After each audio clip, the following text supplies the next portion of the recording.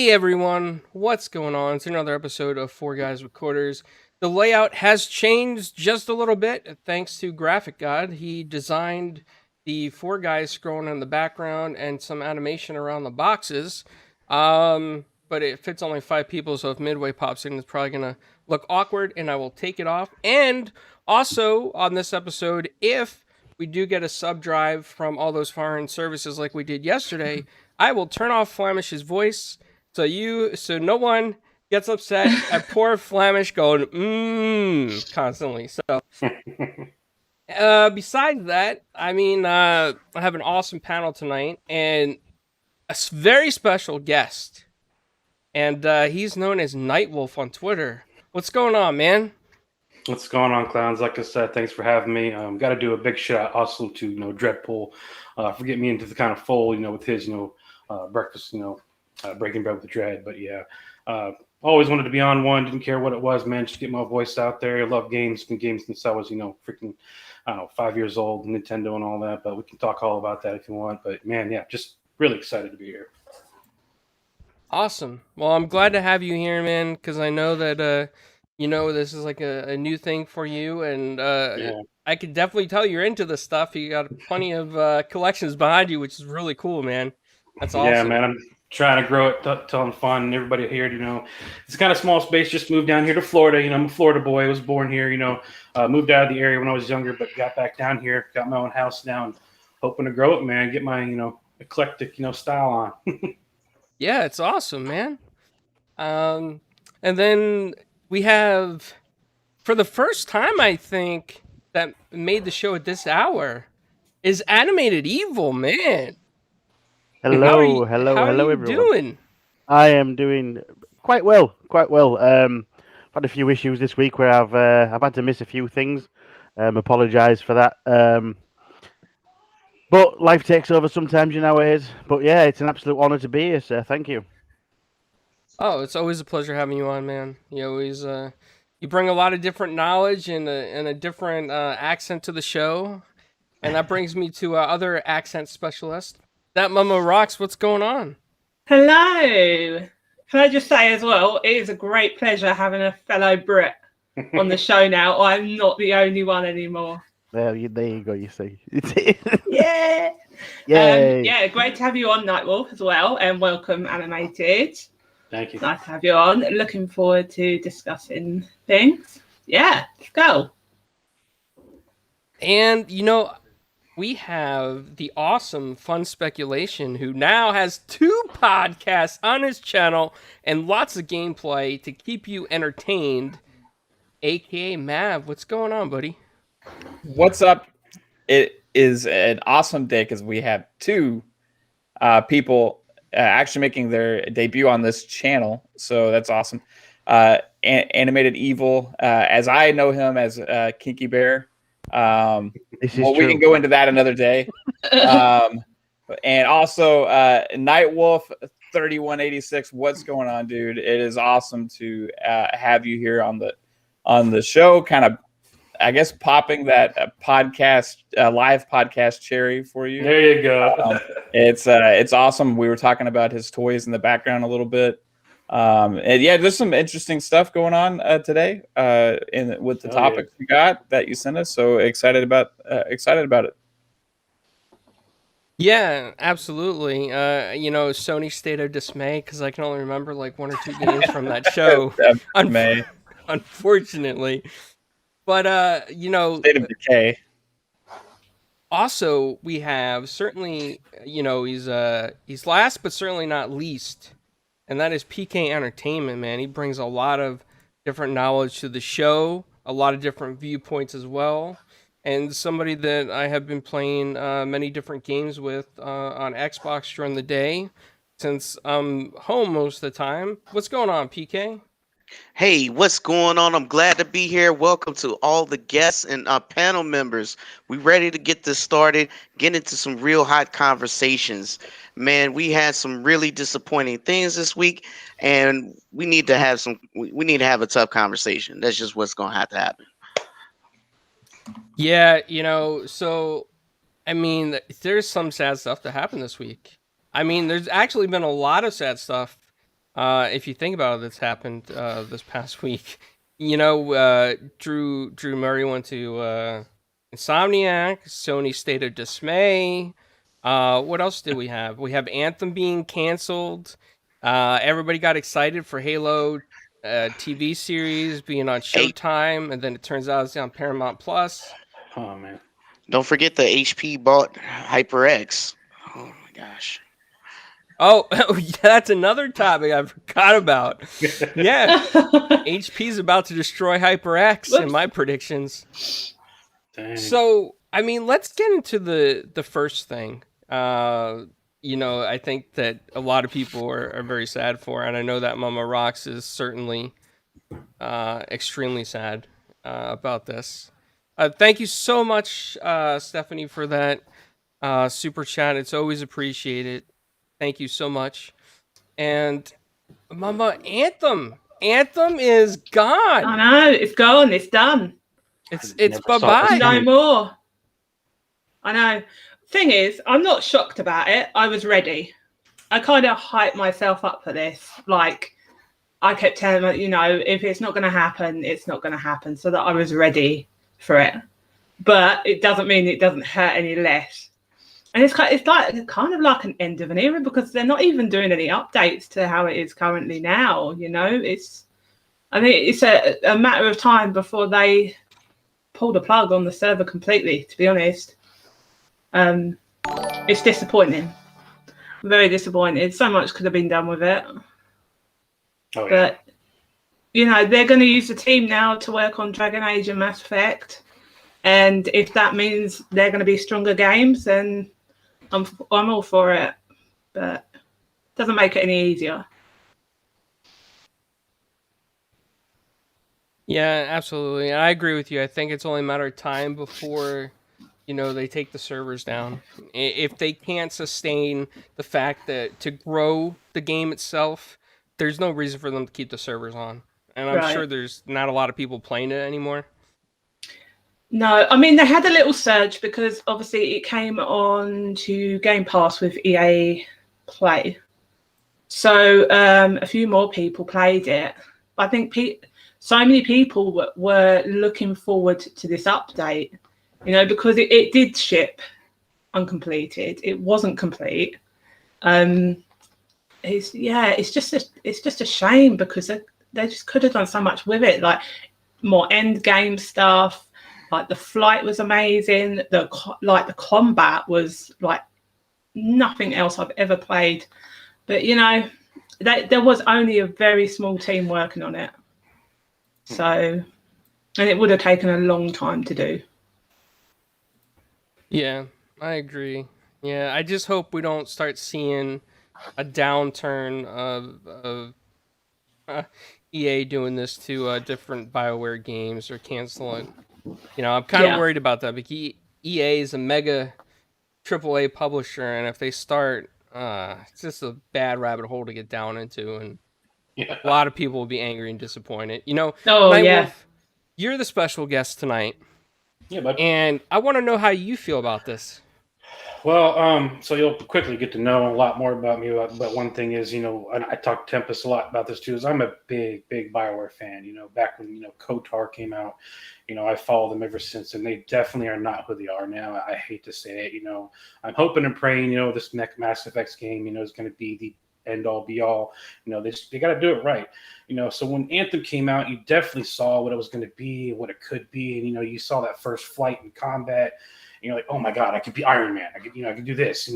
I saw that guy just, eject all that multiple projectiles. And I was like, oh, that's what I'm doing. This is gonna be cool. But it just turned out, and I played a lot of it. It just was kind of flat. It didn't have everything. It just felt empty to a point.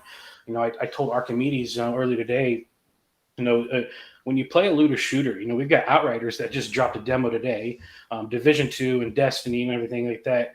Loot is the be all end all in those games. And in Anthem, I just felt it was just so bland.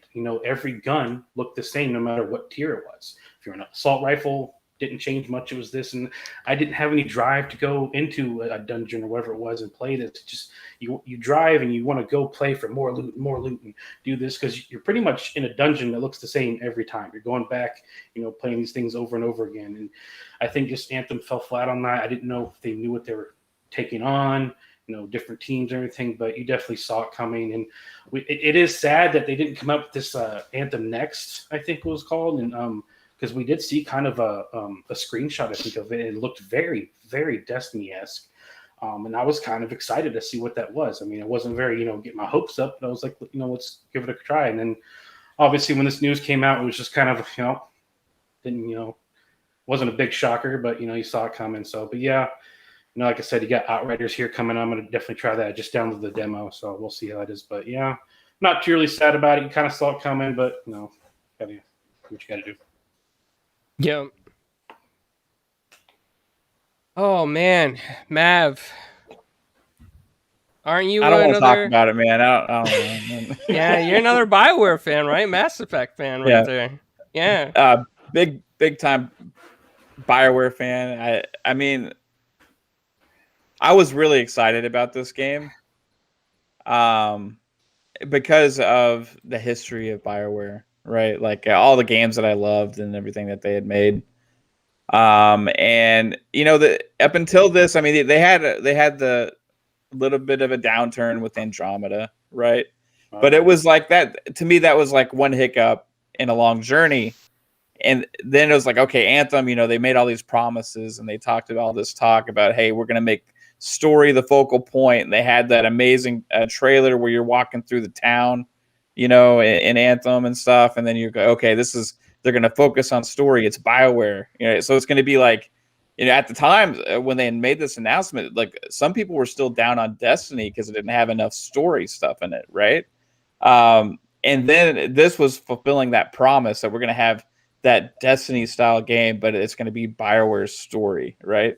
So that was that plus the flight mechanics. That was like the dream, like promise of Anthem, right? So they nailed one aspect. And that was the flight mechanics, the just in-game like engine, I guess, running within that game like worked. It worked well.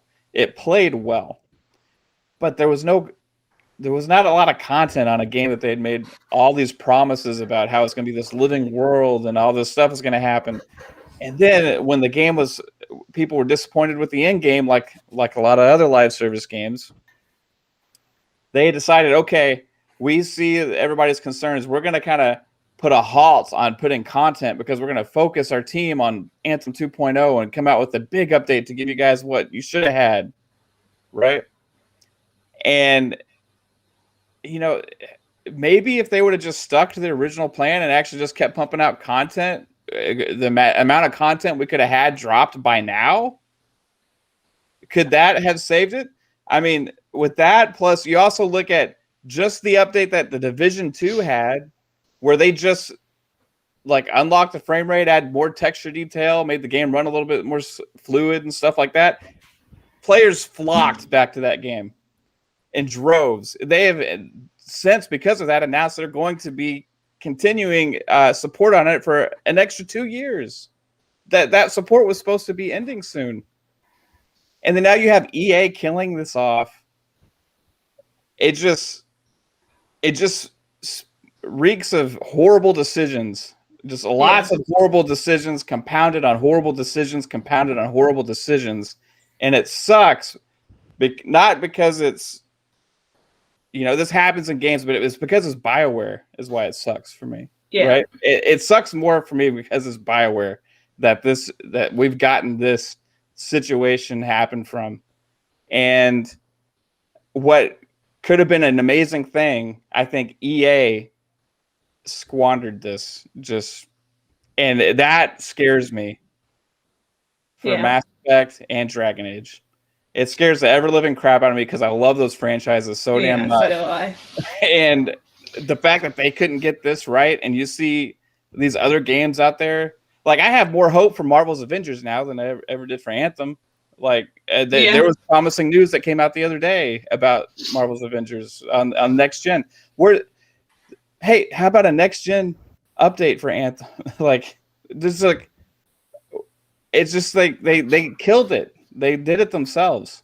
They didn't have to. They could have supported it, but they did it themselves. I don't understand it. So I'll just leave it at that. Yeah, I mean it's it just makes me worried for BioWare in general. Yeah, that's why it sucks. Yeah. Maybe it's better because they can focus on Dragon Age and Mass Effect, and this is just EA's learned from this, right? And this is a lesson learned on how to treat these games as service games, and they screwed up, and they're going to make sure they do it the right way going forward. And Dragon Age and Mass Effect are going to be in good hands and treated well and properly. That's the hope. But right now, it doesn't feel good. There was an article that actually came out today about Dragon Age that they've actually dropped the multiplayer, and it's going to be like solely a single player RPG. That's fine. Right. Yeah. That's fine. The multiplayer actually in Dragon Age Inquisition was pretty damn good. It wasn't bad. Yeah, I had fun with that, but if that's been said, I could completely live without it. So if they do that, it was just an added extra. Animated Evil. Yeah, I'm gonna reflect on what the guy said. BioWare used to be one of those studios that made you pay attention when they were going to release something back in the day. You sat up and took notice. Not so much these days. But I'm also like most people out there that I tried Anthem early on and thought, it's got nothing. Always with the fact that I will probably go back when it gets a bit better, and just never did. And I think the majority of people also did that, and that's why it's not got the support it could have had.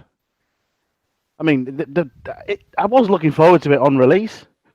I definitely tried it and just thought, there's nothing there. There's nothing that gripped me upon release. So unfortunately, like I say, because people like me are out there that thought I'll play it eventually, and so many people thought that, I think that it didn't get the player base that it possibly deserved. Yeah. When it first launched, I really liked the game and I was really into it, and I played it for hours.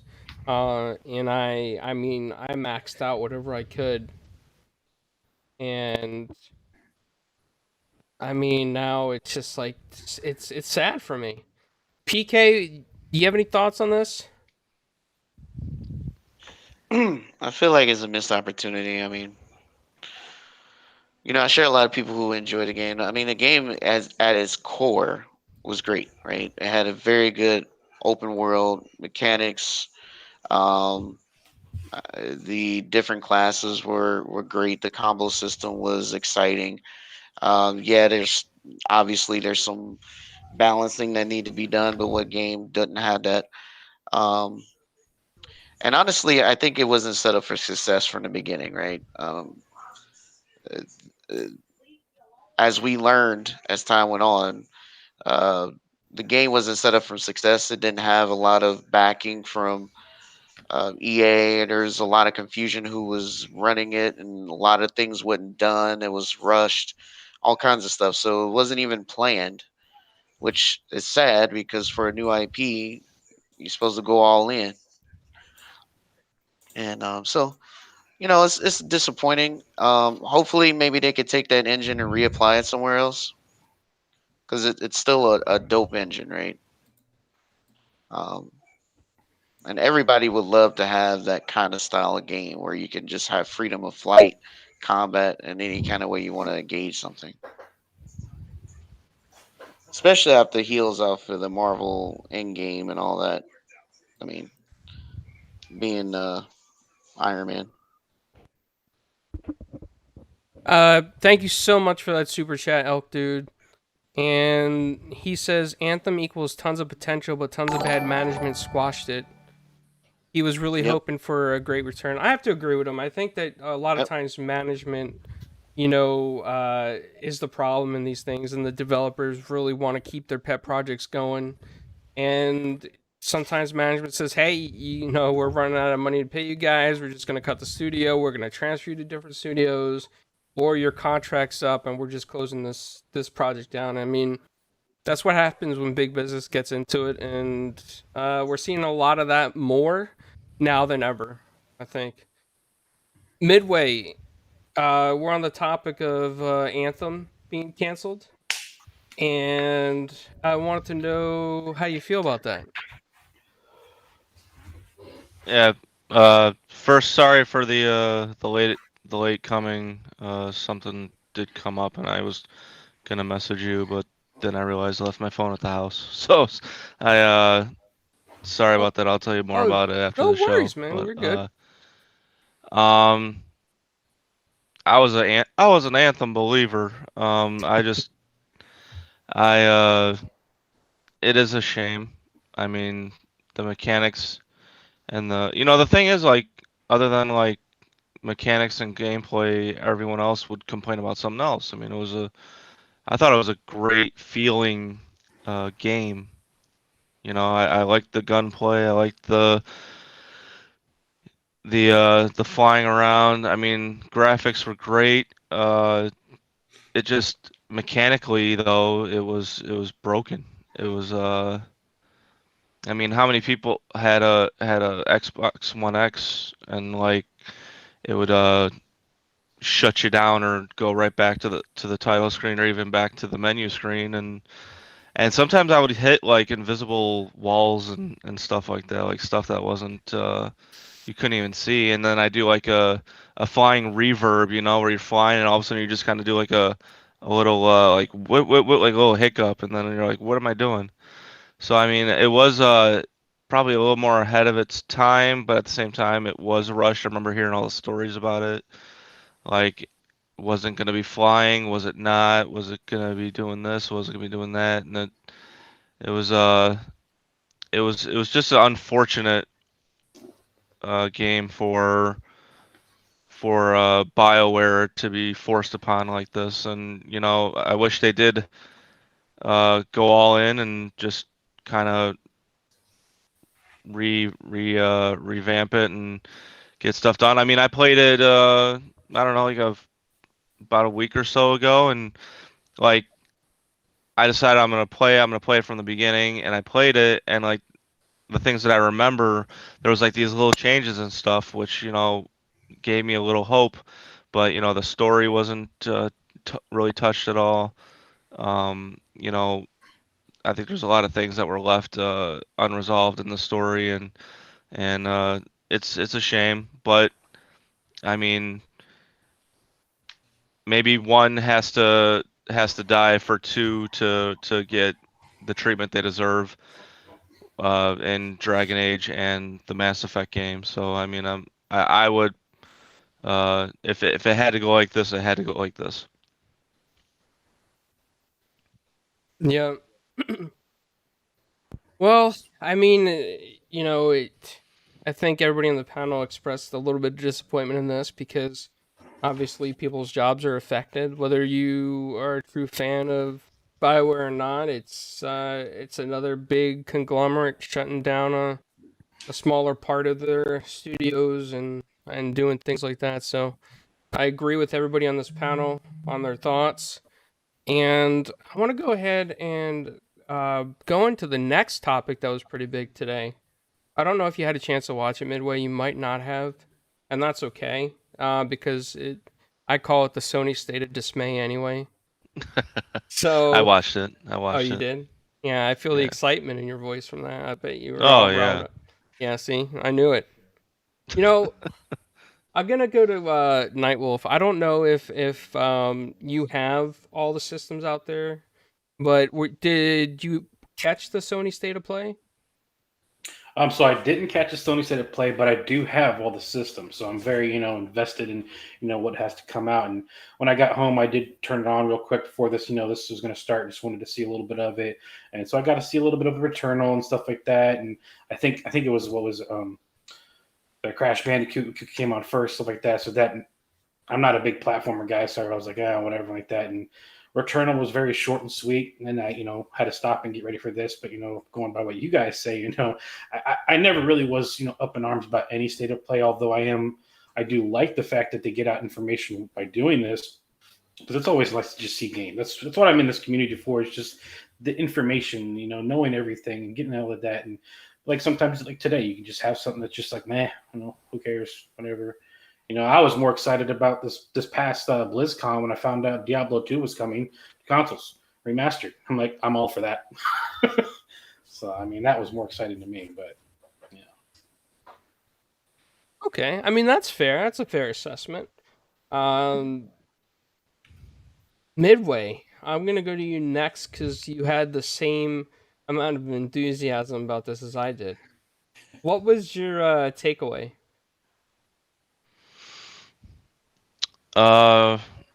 It's March and certain games they didn't show at all, which was kind of interesting to me. I mean, is it just me, or is PlayStation starting to have games that are more what's the word I'm looking for? Adolescent, I guess the word would be. I mean, it's they were like adult themes for so long, and then before the PS5, when they had that state of play before the PS5 and Bugsnax came out and all that, I could start to tell that I think they have a different vision on the gamer that they're trying to grasp, because obviously you got to get them young, so you got to get them while they're young. And other than that, I mean, when I saw Returnal, it reminded me a little bit of Recore a little bit. The way the body is like as far from the camera with the little reticle and all that stuff. It reminded me a lot of that.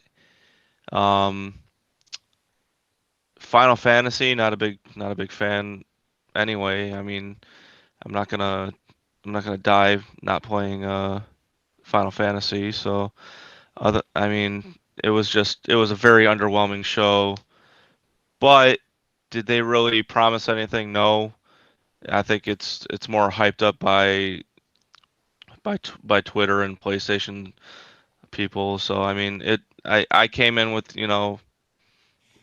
with my mind open, and definitely was not impressed. Like I said, no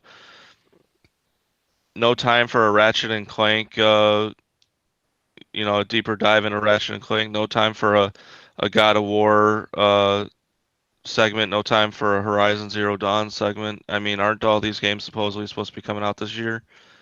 So it's a bit of a question mark. Maybe they'll have something else like later on in the next coming months. Who knows? But kind of leaving your constituency wanting. So that's all I have to say about it. It's just blah. I will say this. It's okay if Sony wants to go backwards and become more, family friendly or kid friendly at this point, because as I said on Game On Daily, the Gaza show this past weekend was that Nintendo Switch, even though they're family friendly, they're kind of going an awkward direction. They released a Panty Party game on the Switch, and there was a special edition sold with Panty at GameStop. So I thought that was kind of awkward. But Polygon, did a whole article on it, and it's been out for a year now in the West. So hey, Nintendo's picking up where PlayStation is going backwards, huh? Honestly, they have tons of those kind of games on there. You wouldn't believe it. I have to literally filter out before my daughter buys them. Pretty much, it's too many.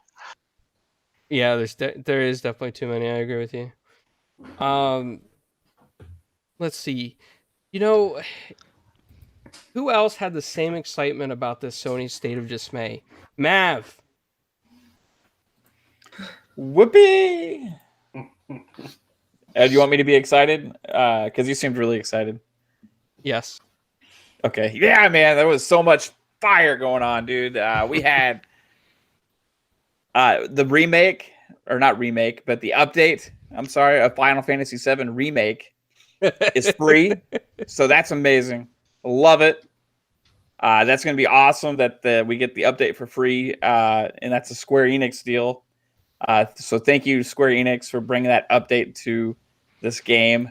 Deathloop looks pretty cool. I'm excited for that to be in Game Pass eventually. That was pretty awesome.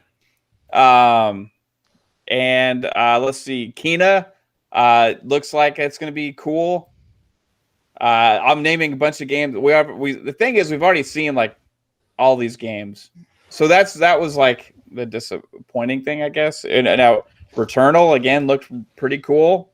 You know, we had lots of gameplay from this, I would say. Geez, I'm trying to think of the positives here.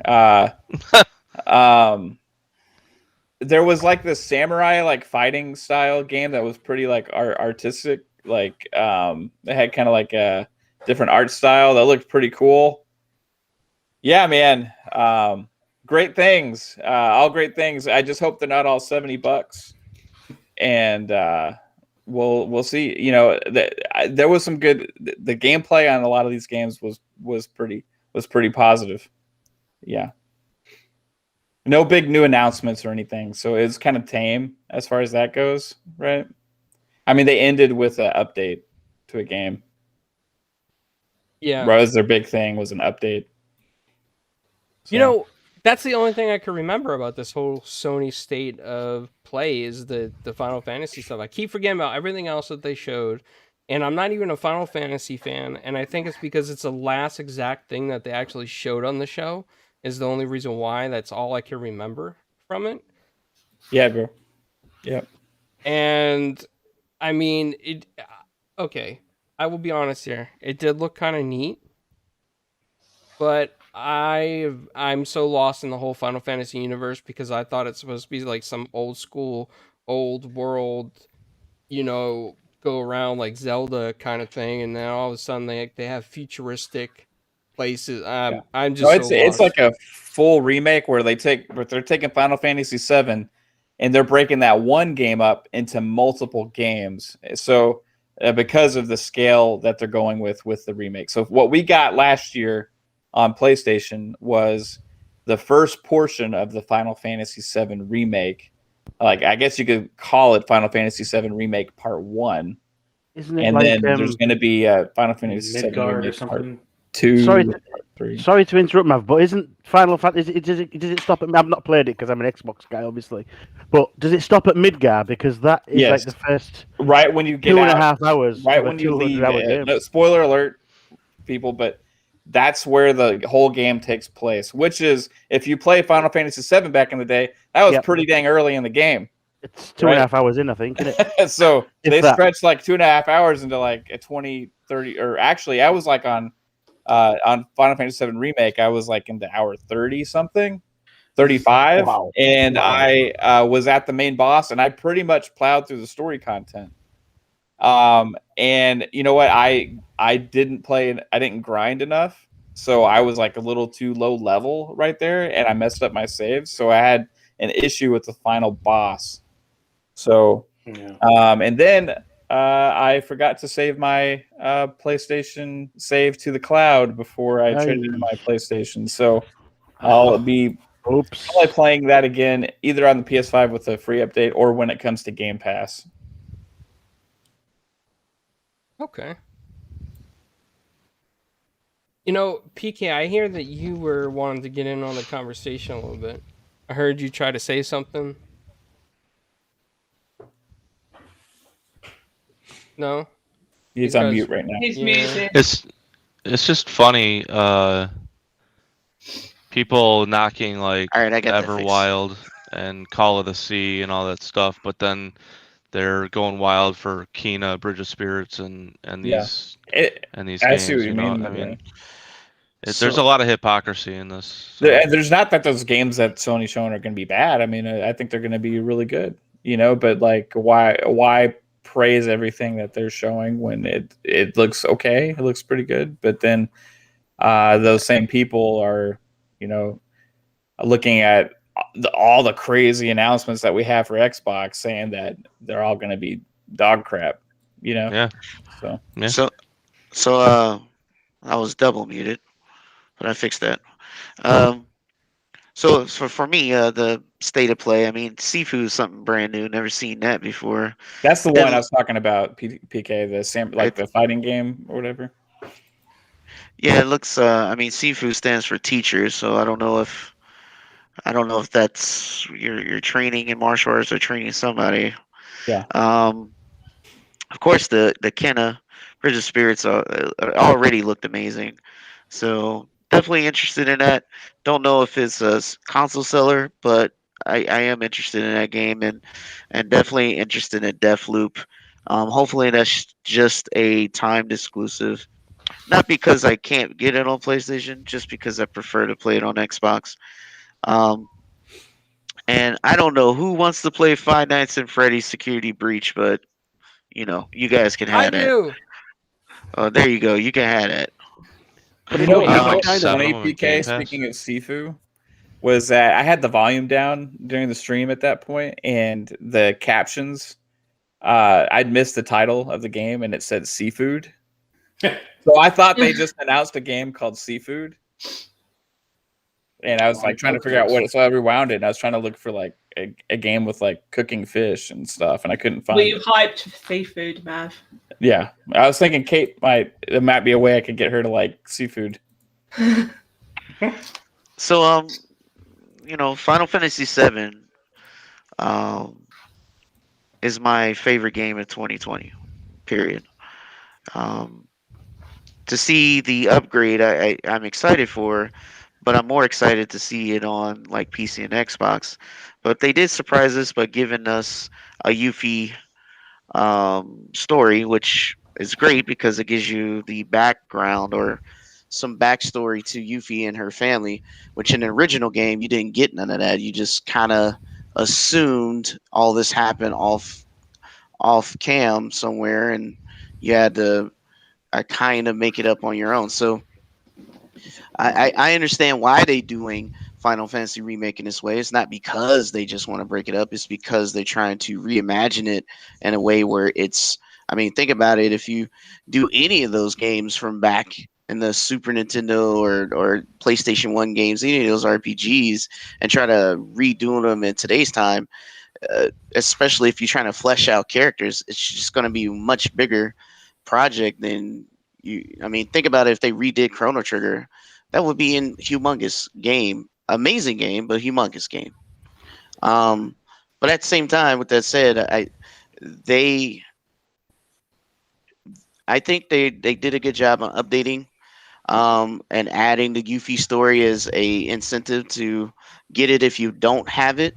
I'm gonna tell you now, I played the crap out of the game. I did not lose to the last boss. Matter of fact, I played through the whole game and beat the crap out of it to the point where you had to play through it on hard to unlock. See, the thing about that game is, and not to get too far into it, but just kind of give you guys an overview. Typically, when you play RPGs, when you level up and get new weapons, you just guard the old ones. Well, what they did in this one is very unique. The weapons grow with you, so you don't discard anything. You keep every single weapon because they all have their own uses. That I like. Depending on It's like the that, it's the engagement. materia system, right? So, Well, they still have the materia system. yeah. And the thing is, the weapons though, they all have their special abilities and special use cases. So you switch, like if you're taking on a hard boss and depending on how you fight, you want to kind of equip your people with gear and weapons that will fit that scenario, and then take that engagement on. So on hard though, hard is what really tests your skills because you cannot use any items. You have to rely on your skill and the character skills to keep yourself alive. So it forces you to do strategy. But what I do, and that's just some of the things that I liked about what they did to bring this to a modern era of RPG. but I do like what they doing with the game, bringing all these new characters, fleshing out the old ones, and basically doing a world building event.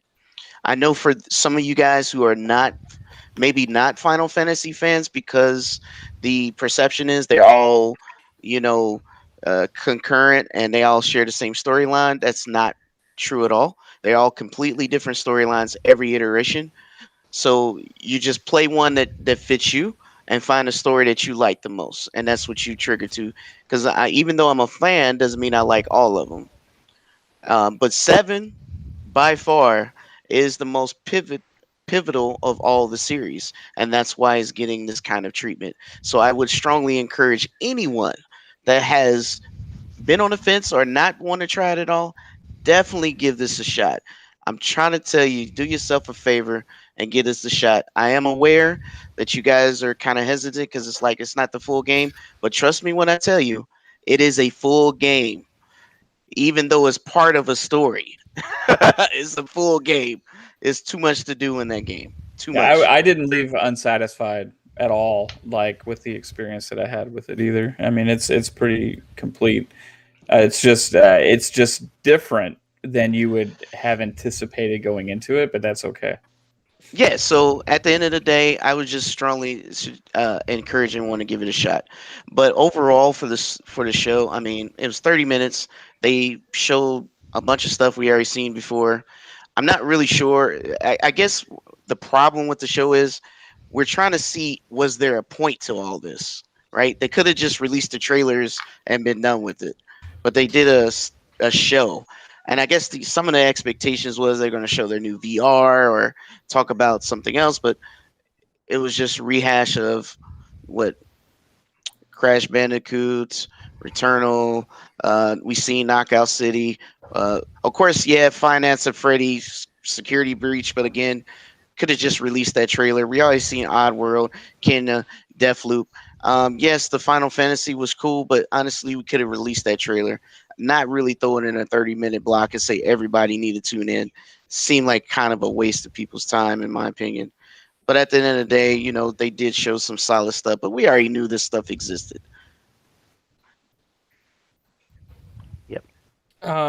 Anyone else? And Mama, you didn't really talk about this state of play. Are you enthusiastic for it? No, I watched it.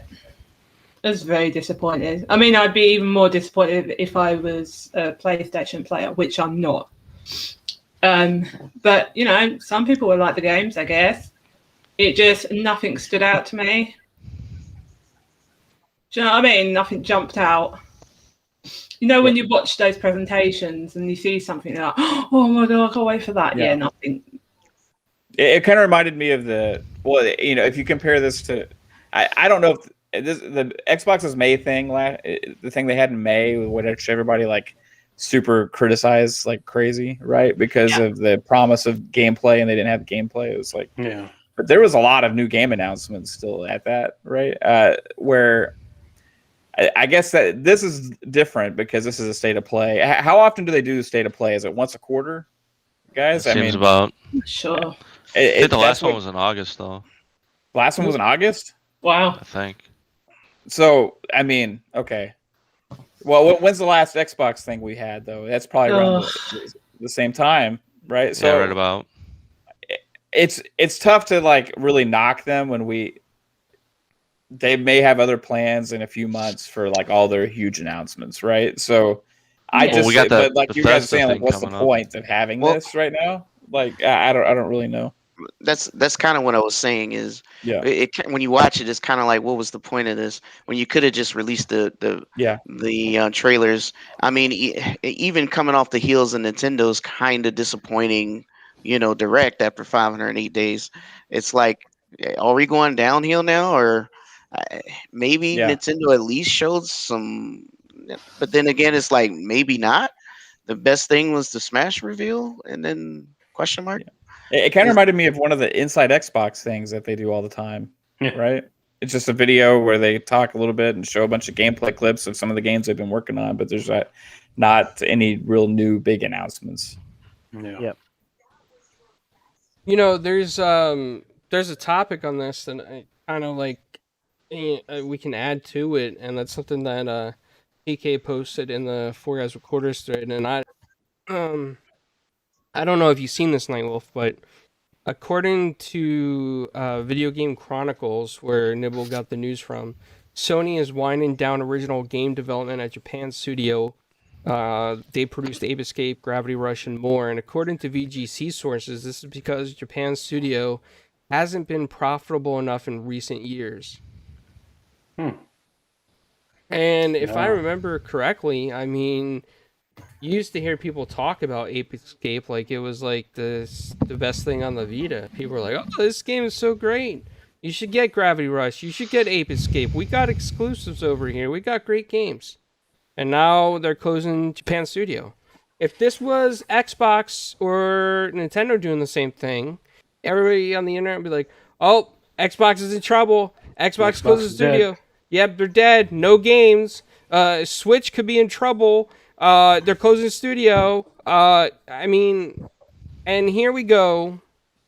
This news is out there, and hardly anybody notices it. It's just like, it's out there, and that's it. And it's like, this is this one whole sided ridiculousness of this, the way the console things go.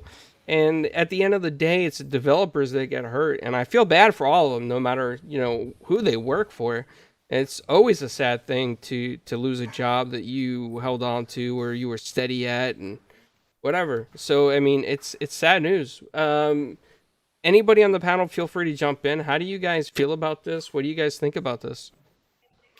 I think it's like coming to the community like since a while back and watching all these shows, I've really come accustomed to see how, hypocritical, a lot of these companies are, Microsoft and Sony particularly. But, like what you just said, that kind of a company going down and not being said much about it just really shows you how much of a microscope, Microsoft is under, any little thing they do, it's just, you're looking for any little thing and you just blow up on it.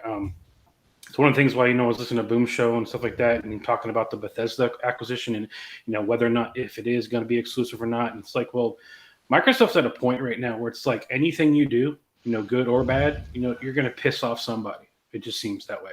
You make it exclusive, somebody's not going to like it. You don't make exclusive, somebody's not going to like it. So my opinion is go do what you want to do. Make it exclusive. I mean, you're going to get shit. No, sorry. Flack no either way. So do what you want to do. You made that 7.5 billion, money. You're going to make it in turn. So, I mean, yeah, it shows. I've seen the hypocrisy and it's so bad. I think Archimedes made the point of why is it that Nintendo can have exclusives, nobody says anything. Sony can have exclusives, nobody says anything, but Xbox is the one that has to share. The thing is, you say that the hypocritical as well. I'm just going to drop back onto the state of play thing because no one's mentioned it. Sony themselves are not doing themselves any favors. When you, it's a shitty thing to do to close a company, but they made the announcement for Final Fantasy VII Remake. They were all like, "Oh, great! It's free to upgrade." Blah blah blah. But when they talked about Crash Bandicoot 4, the great news is your saves carry over. But they didn't say that it's a free upgrade on PS5. They said there's options in the store to upgrade. So your saves carry over, but what, you got to pay for it? And that's just the thing Sony are bringing to the table right now. So they're not doing themselves any favors at all. So you're saying they should name it the state of pay? Well, no, but they're saying that they were saying that obviously, oh yeah, great, Final Fantasy, it's free, but if you want to upgrade Crash Bandicoot, you've got to pay for it. They give 1 second and take away with something else, and that's what I think they're doing with this. Well, studio. I mean, to be fair, like Crash Bandicoot isn't a Sony game, right? True. It could be on the dev, but like Final Fantasy was a Square Enix thing, right? But then Crash Bandicoot is, what is it, Activision, I believe, right? Possibly, yeah. So that would be up to them, which would fit their MO right now, anyway. With what they're doing, it really would, yeah.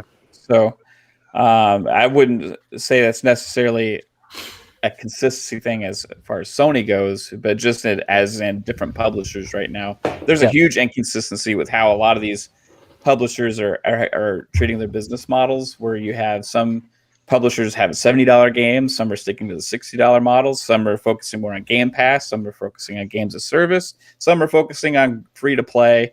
And there's more variance in the market with all of that stuff than there's ever been before. And it seems like the money hungry big publishers that are starting to stand apart, and you can really see that with 2K. You can see it with EA. You can see it with Activision with the models that they're putting out there. Sony as well. Yeah. And that is starting to make them stand out a little bit in a bad way. But going on the closure though of so it's not really a closure. They're just winding down new games from the studio. So I'm thinking what they're going to do is kind of do more of what they had done with Bloodborne, and maybe just focus on, I guess, helping get Japanese games published right on Sony's system on the PlayStation. So yeah, it didn't seem like they'd really developed a game in a long time that was really noteworthy. Anyway. So I would say that they are looking at the God of War and Spider-Man numbers, and then if they're not matching up to those, then they're just not worth it. That's kind of like shout out to 108 Dragons, and he made this statement saying that Sony is more American than Japanese now.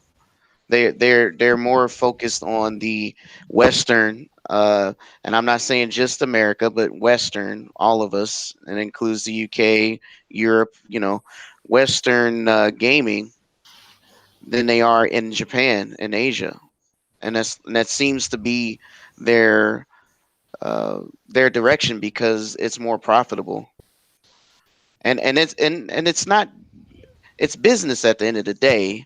I mean, that's why their games coming to PC. I know I had a conversation about this before with someone else. They're saying, well, I don't see any reason to buy an Xbox because I have my PC, but I have a reason to buy my PlayStation. I said, well, what difference does it make where you play the games if all the games going to end up on PC anyway? Yep. So at the end of the day, you just buy what you want and play where you want to play. It shouldn't matter trying to justify your purchase. But at the end of the day, Sony sees the writing on the wall, right? Last year, Microsoft they released 10 games they published on Steam, and each one of those games were on the top 10 best sellers on Steam. That is huge money. So if they can do that as well for Epic, right? I don't know if they got to deal with Epic, but let's just pretend it goes to both Epic and Steam. The point is there is money to be made. And they're typically Spider-Man, God of War, Last of Us, or Ghost of Tsushima, stuff like that. It's never, and I know people are like, I love Bloodborne, but it just didn't do the numbers. It's not the same. So they're looking at it, where is it worth the investment? But since Sony doesn't have a Game Pass alternative, these guys don't know where to go. They have nowhere to put their content. Yep.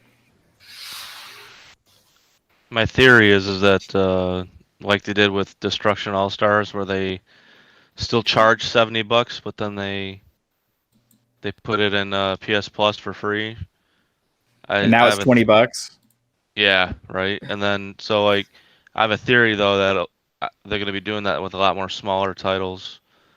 That's my my theory in the future. Maybe so they can try to get some PS Plus subscriptions to go that way, and then. Did they announce any kind of changing, refund man. by chance for anybody that actually bought that game at $70? Not that I know of. You talking about Sony offering refunds? Stop it. Yeah, I'm just curious because that game came out like a month ago or less. They'd rather take your game off the store. Nope. Ain't happening, brother. It launched at 70 and now it's automatically 20. Like not happening. So like the smaller titles, well then that would even make my proof even more. If they charge at 70 and have it free for PS Plus for the month, and then after the month is up, boom, it goes down to 20, 15, 30, whatever, and it's not in the PS Plus store anymore for free. I mean, you, the writing's on the wall that they're obviously just trying to get their subs, get their PC, get their get anything they can out of these smaller titles before basically just discarding them. Makes sense. Anyone? Well, first off, I just want to say that I actually did not know Destruction All Stars was $70 when it launched. Yeah, $70, I did and not know that. and part of the to go further into the story was hidden by a paywall. You had to do a microtransaction for it. So originally they announced that it was $70, right? And people were like freaking out, except for a large fan base that just like didn't care, and we were trying to defend that. But then when there was a reaction, at least that got Sony's attention, then they delayed the game and then moved it into hey, it's going to be on PlayStation Plus when it comes out, right? But it's also if you don't have PlayStation Plus, you have to buy it for $70. So if you bought it on disc, it was was there a disc release for that, or was it a digital only? I'm pretty sure there was a disc release. So if you bought it on disc, it was $70, right? It's PlayStation. Right. So now but now I don't know exactly why, but as it's leaving PlayStation Plus, it's saying it's going to be $20. So were they forcing people that weren't PS Plus subscribers to pay that high of a premium for the game? You know what I mean? Is that what the model was? What would you rather do? What would you rather do? $70 for a game, or $60 for a year if you wanted to do that? It's I mean, people would say it's a no-brainer. Right. I just don't understand how something like this doesn't cause some of the fans that are huge fans of that platform to be kind of irate. Yeah, the price doesn't even justify the game. Like that game was 40 tops. I mean, there's no way that was a $70 game if you compare that to God of War, to even Days Gone, something like that. There's no way that game justified $70. You're too generous there, Midway. You know that going well. That game is barely 20. Come on.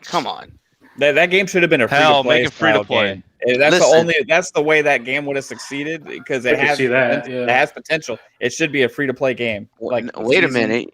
That way the microtransactions were justified. Generous. You're also being generous. The fall off on that game it's like dropping something off of a mountain. There's hardly nobody playing that game anymore. Yeah, but free to play gets a lot of people in that would never normally play a game. You don't have to have PS Plus. You don't have to have anything. You just you just turn it on. You can play it for free. A lot of kids and stuff could get into something like that. All these games that are trying to go about those kind of systems, right? The free to play formula works. It's saved a lot of games. I don't know. It just seems like it was built for that. I don't know why they didn't go with that model. Free and Sony kind of don't go hand in hand. Right. Or at least they don't advertise it, Yeah, or they could have at least put it in PS Now ongoing, at launch, right? Yeah, that would have made sense. That's what Xbox does.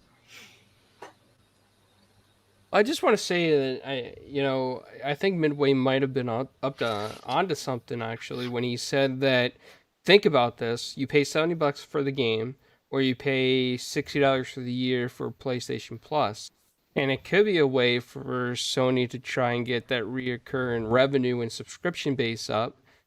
Because at the end of the day, I do fully believe that a lot of companies want to go to subscription-based services, and this all could be a test to see how much they could push people to get into these services. And a huge shout out. First off, thank you, Stephanie, so much for the super chat. It's appreciated. And to Fierce, thank you so much for that as well. He said for his boy Evil, heck with PK. Sorry, PK. I guess Fierce is now a full-fledged fan of Animated Evil. About to kick him right now.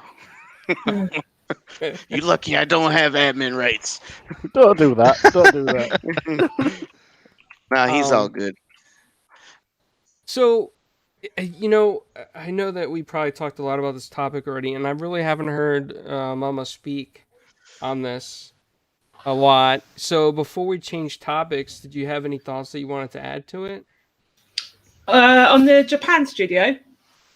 Yeah, I guess on the whole thing across the board, anything with Sony or anything with PlayStation. I find it really odd that usually if that was Xbox, you'd see it everywhere by now. Everyone would be talking about it. And I mean, I haven't seen anything on Twitter today leading to that.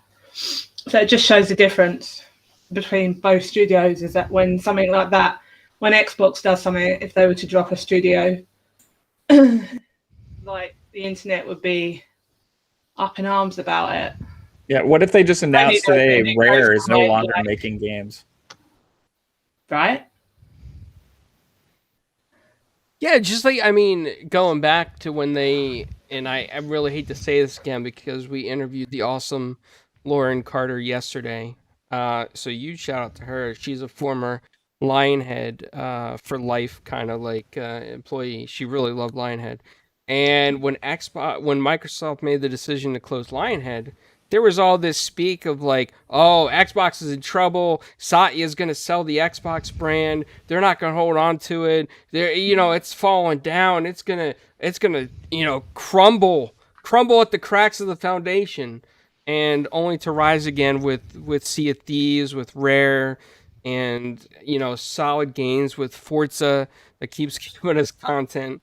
I mean, Xbox is in it for the long haul, and to say that any company is closing because they choose to close a studio for whatever business reason is ridiculous. Unless you're gonna go after Stadia, because I do think they're in trouble. That's a whole different story, though. Bit. Yeah, a whole different story. But the other topic tonight is the Halo TV series, and I know that we have a super fan on this panel of Halo, and we actually might have two, but I know Mav is probably the Master Chief himself in disguise. He probably got like the whole suit at his house, ready to. He's got that. What's that number? 117. Spartan 11. Yeah. There's something below that TV. I see. Steve Downs. Spartan 117. Yeah, so, you got that intro. Yeah, I know I should have used it tonight, but I didn't get it in time for this. It's such a shame. But Mav, how do you feel about this TV series finally actually coming out? Because it's been in talks for a long time, like a really long time. I think this is one of the announcements we got in 2013 at the dreaded 2013 Xbox press conference that everybody spoke of, right? Spielberg? Well, no, it was... they had other stuff, but at the time, I don't remember everything, but this has been talked about from Xbox for several times now. I think that was the first inkling of it back then, that there was going to be a Halo TV series. And, then I remember they talked about, hey, it's going to be they're going to do one on Showtime, and it's going to be like the biggest investment Showtime's ever made into an original programming for their platform, right? And that was a huge deal because, you saw all these subscription services taking off at the time, like HBO was having Game of Thrones and all this stuff at the time. So it's like, hey, there's this huge investment in TV, and Halo was going to get that treatment. So super excited about that, right? But then just time keeps flying by, and no really new info or news or anything. So we finally got the news, and we have an idea of when it's supposed to be dropping. We have the platform it's going to be on. It's going to be on one of the subscription services, Paramount Plus. So I got to check out and see what all else they got on there. I think they did the Star Trek stuff. Yeah. On there as well. They got that Yellowstone, I think, is on there, which is a good show as well.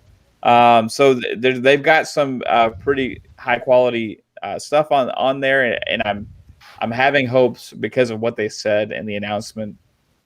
I don't think there's any like negative or anything to take away that it's going to be on Paramount instead of Showtime. If you've seen Yellowstone or any of these other shows on there, they can be pretty hardcore, and they, I think it's going to be high budget, and I think it's going to be freaking awesome. I seriously can't wait. I've been waiting for high production value, something Halo on the screen for a long time.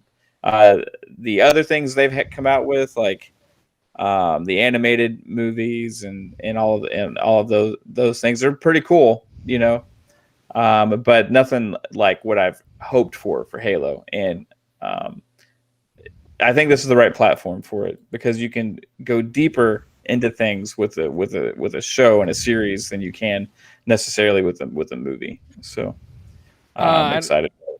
I don't know if you've seen the comment from Michael Garvey, but I have it up on the screen. Have you seen this comment that he posted in the chat? Let me see. Oh, hold on. I got it. Where is it? I don't see it. Oh, I need to hit live. I'm sorry. Okay. Yeah. Oh, yeah. Hey, I concur with that.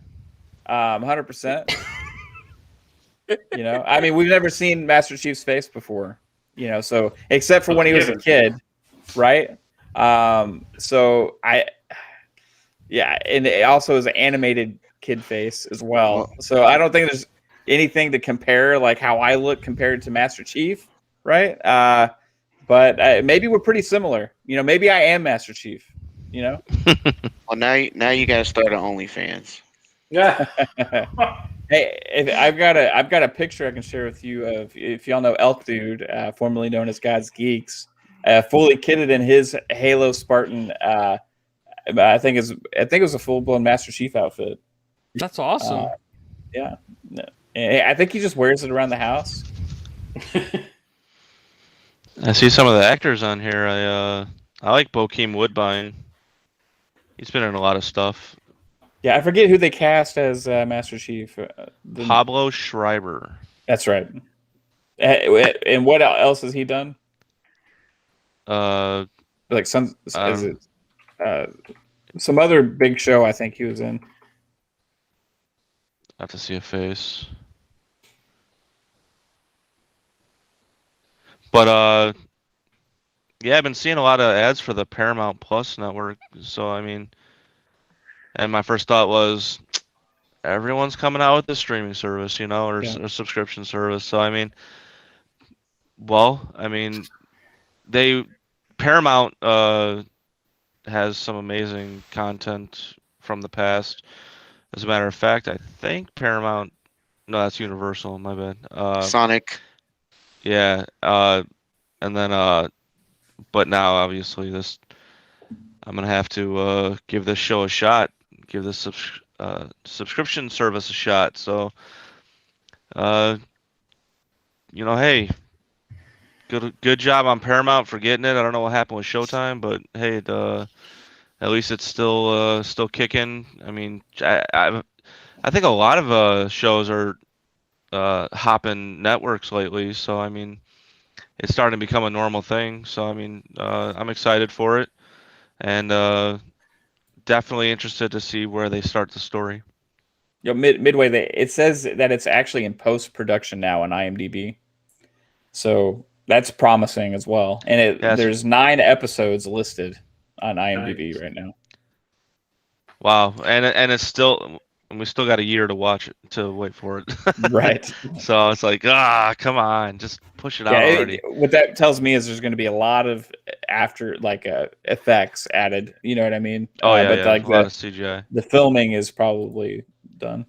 I mean, Yeah. are you hoping for like production quality like the Mandalorian? Oh yeah, they better. Okay. At least. it needs to be like Disney is going all in on their franchises, and when they made this announcement before with Showtime being involved, like Showtime came out and said it's going to be their like biggest thing they've ever done, right? As far as like original programming, and they've had some pretty good shows as well. Yeah. So I think it's going to be up there with like the quality of the Disney Plus shows, and that's what I'm hoping. And Yeah. and you may even see them go even further than that, because the type of show that this is, the type of IP that this is in space with the ships, and you got alien races, and you got all of these different things to put on screen, all the vehicles. If they don't have super high effects, it's going to come across as cheesy. Yeah. So they have to nail it with this. I have a friend who's in a D-list space movie that was on Netflix. I know what a bad space movie looks like. Yeah. So let's bump up the production value a little bit. Yeah, I'd say they could afford to go something a little bit cheesier if they just do like follow an ODST and have like smaller grounded stories involving like stuff going on at Oni facilities and stuff, right? But this is like following Master Chief. You know what I mean? Like this needs to be epic. Right? You're following freaking Master Chief. It could be like Starship Troopers, man. You don't want that? Yeah, baby. Oh yeah. Starship Troopers was Heck awesome, yeah. dude. Out of that. Make those bugs on Starship Troopers the Flood. Yeah, Starship Troopers was what year? Oh, yeah, I have no idea. It was like the year it was made. It was like 98 or 99. 97. Yeah, 97.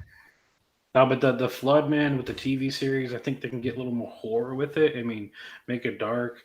Yeah. I'm curious though, like because I'm with you, Fun. I just want to see Master Chief on the screen. With the TV series, I think you can do so much more with story as well. As far as origin, I wonder if they're just going to do like flashbacks. Not really get into an origin, but just go back and see what happened to him or something like that. But I'm just ready to see that, the Covenant, all that. Like I just want to see what's a Covenant going to look like. On a live action, show, just everything, the whole lore. Cortana, see a warthog. Yeah. Well, if you want to like get it a little deeper into this, so 14, according to IMDb, 14 actors are going to be in all 9 episodes. So that might be spread out a little bit. Okay.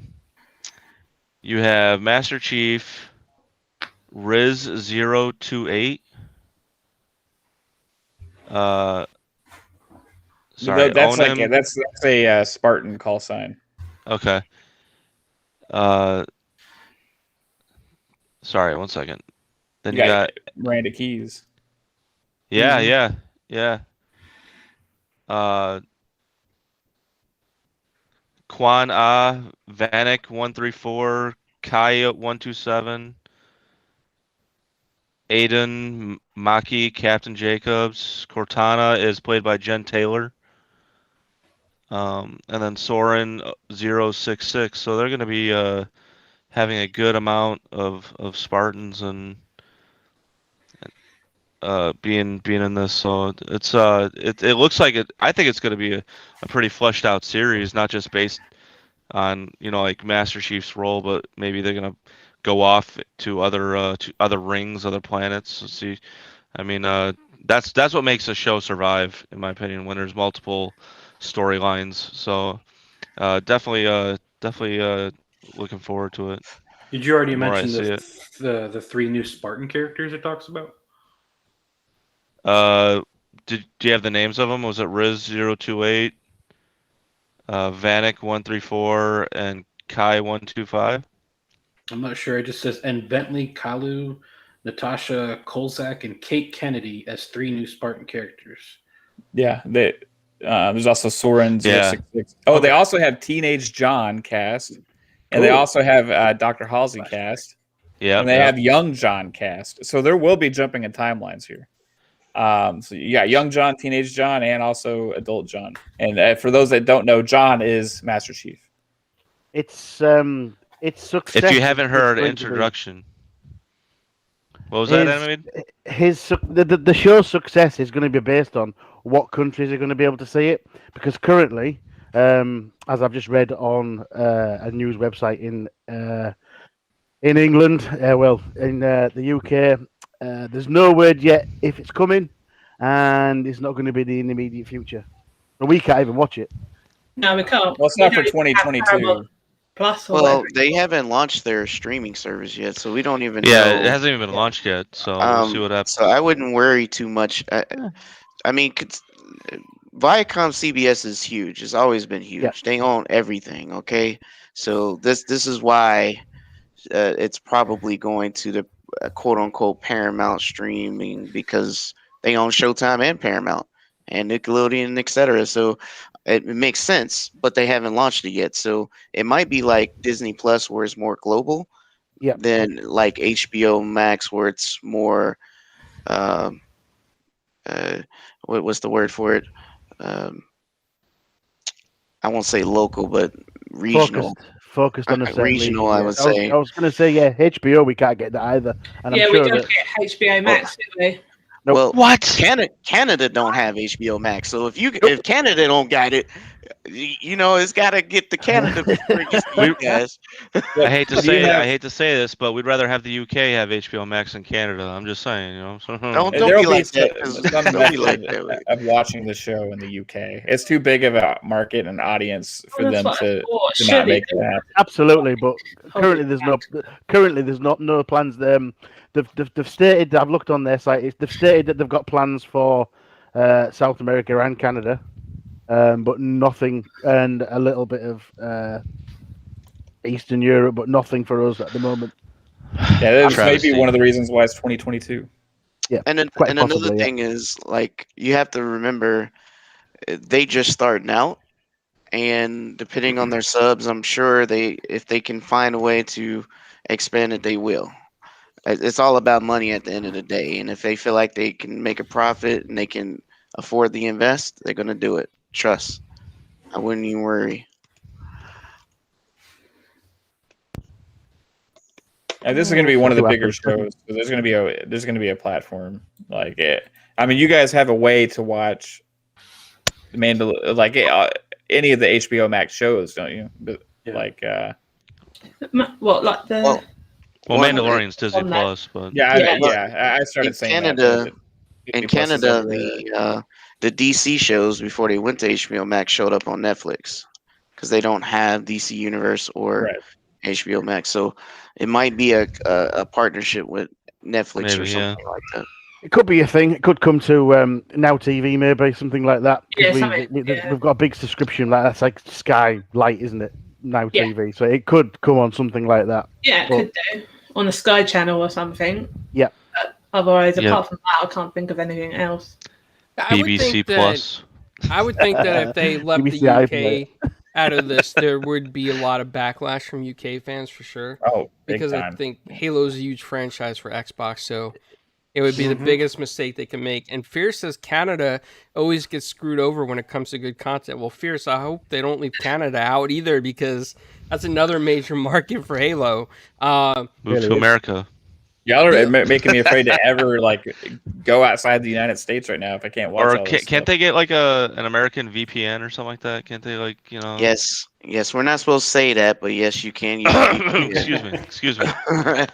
Well, What's the Frog in my VPN? throat. it's not illegal for them to get a VPN to watch these services. It just I violates know. the terms of service and certain Yeah. rights. So, I Yeah. mean, I could tell you to get a VPN, but what you do with it, that's up to you. I mean, whatever you want to do with it, that's your That's your dirty business. laundry. You're right. You're right. Hey, You're right hey, there. I didn't put a gun to your VPN head, okay? I didn't put a A gun to your head. VPN can enable some routing to be able to hit some content around the world. That's kind of what it does. But I'm not saying do it. But the tools are there. I would say just Google it. Well, there's definitely the tools there. That's not an issue, but I was just throwing it out there. I just don't want to be held liable for telling people to do something. hey guys, coming from Mav, go get a VPN to watch Halo the series. No matter where you are in the world, get a VPN to watch it in 2022. Make it happen, guys. Do That's it. right. Ratings. It's coming from So- Mav.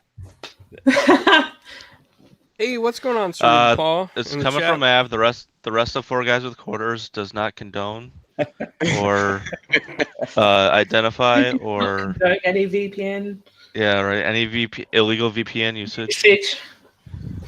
Yeah, just don't use it for illegal purposes, you know? Use it for only the right reasons. Use it for good, not evil. Use it to watch Halo. Especially if you are listening from China, because we do have a Chinese audience that is watching the video, but they just can't chat because it's like embedded on Chinese services. It's like 'Cause strict over there. Communism. Use it to watch Halo in China. There you go. Believe me, they're probably gonna watch and copy it. It won't be a thing. It will definitely be a Halo and a Halo at the same time. Halo. Someone said they want a live action Red and Blue. Oh yeah. You know, here's a true story, and you guys may not believe me, but Zemi, I was actually talking to Zemi earlier, and he said, you know, Clowns, you're one of the guys that could walk into a bar, and you have all these amazing stories, and then people would just look at you like, are you talking from a movie perspective? Or is that your life? Because, like, there's so many different experiences. And I was going to lead up to something with what somebody just said, and I lost my place, and I hope it comes back, because otherwise that makes no sense with what I just said. So, anyway. Yes, VPNs are great, so use them. We're not streaming in North Korea. I know we're in South Korea. I don't know if they can chat from South Korea on some of the services we're on. I would hope so, because South Korea is not as strict. But they can. But the links. Oh, I don't have the links to the YouTube channel. So if you're watching in China, South Korea, or India right now, you can come over to Four Guys with Quarters on YouTube and subscribe to the channel. Some of you guys did that the other day when we interviewed Lauren Carter, and you made Flamish go crazy with his constantly. But I do have the volume turned off on that today, so if that does happen, it won't be like that again. But Mav, I wanted to ask you though, is 9 episodes a bad thing for Halo TV series? Do you think there should be more? Will there be more seasons? Or is it like 9 and done and Master Chief is dead? Well, I think they'll see how it's doing, right? Typically with these series, you start off and then midway through the first season, if it's doing really well, then they'll announce the second season and maybe add a couple more episodes. But these things have to be planned out ahead of time and really well organized, especially for a franchise like Halo. So I think the 9 episodes that they came up with were probably really, really, really heavily planned. You also have a lot of cost involved probably with each episode. So I'm going to assume it's 9 roughly like 45-minute to hour-long episodes, right? And that's good enough for me. You can get an amazing experience. That's kind of pretty close to The Mandalorian. And Mandalorian is like one of my favorite things I've ever watched, period. Right, so I have no complaints there. At least that way they can switch to Agent Lock in number 2, can't they? Season 2. No. How What are you doing here, man? Clowns? Is there an eject button? Can we kick him off? Can we kick him off the Pelican? No, So, that's only in the game Hitman. There's a level where there's an eject seat on the plane on the Yes. like F-15. And Yeah. you modify it, and then the guy flies and dies. But other than that, no. It's just in the game. I've got a lever So that makes me go down, but I'm not up. No, I'm just So messing, dude. I thought you guys like to know that so there was 4 different directors that are doing the first 9, but the majority was done by Jonathan Liebsman, and he did 2014 Teenage Mutant Ninja Turtles, 2012 Wrath of the Titans, 2011 Battle Los Angeles, and the Texas Chainsaw Massacre: The Beginning in 2006, and Darkness Falls in 2003. Those are like his big ones that he's done. So from what I hear from those, in my head, I just think a lot of CG. Yeah, 100%, dude. Like Battle Los Angeles is actually it has a Michael That's one of Bay my movie, I favorites. think, like or a Michael Bay produced movie. That was Probably, like yeah. pretty underrated. Like, is that really entertaining? Oh, I Mhm. love that's the thing I loved about Battle Los Angeles was that it was very real time military tactics. Like you're seeing everything happen as they're being deployed. That not a lot of usually it's crap goes down, okay, we got to react. No, that they were in the helos going down the shore as these things were still going into the water and deploying the aliens that were taking over Los Angeles. So that's the one thing I really liked. So I think he's gonna have a good understanding of military tactics, which is what Halo is. And then you got Teenage Mutant Ninja Turtles, so you got the CGI aspect. You're gonna see all these creatures come out of the woodwork. So, I mean, he's got I see variety. I see a jack of all trades. That's what I see, and I see definitely potential. That's what I like to see. I misspoke though. I was thinking of Battleship. That was a Michael Okay. Bay movie. But Battle for Los Angeles, I know which one that is too. That was even better. That was a really good movie, I thought. Yeah. So Michael Garvey in the chat is Mav's super fan. I've determined that he is now the super fan of Mav. He'd rather subscribe to Mav than a VPN, he says. Whoa, Okay. you definitely better get your OnlyFans up real quick, bro. Only accessible with a VPN.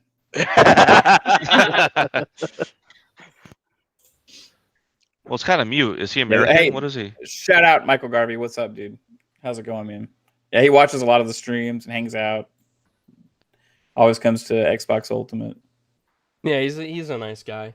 He Yeah. supports everybody. He's really cool. So huge shout out to him.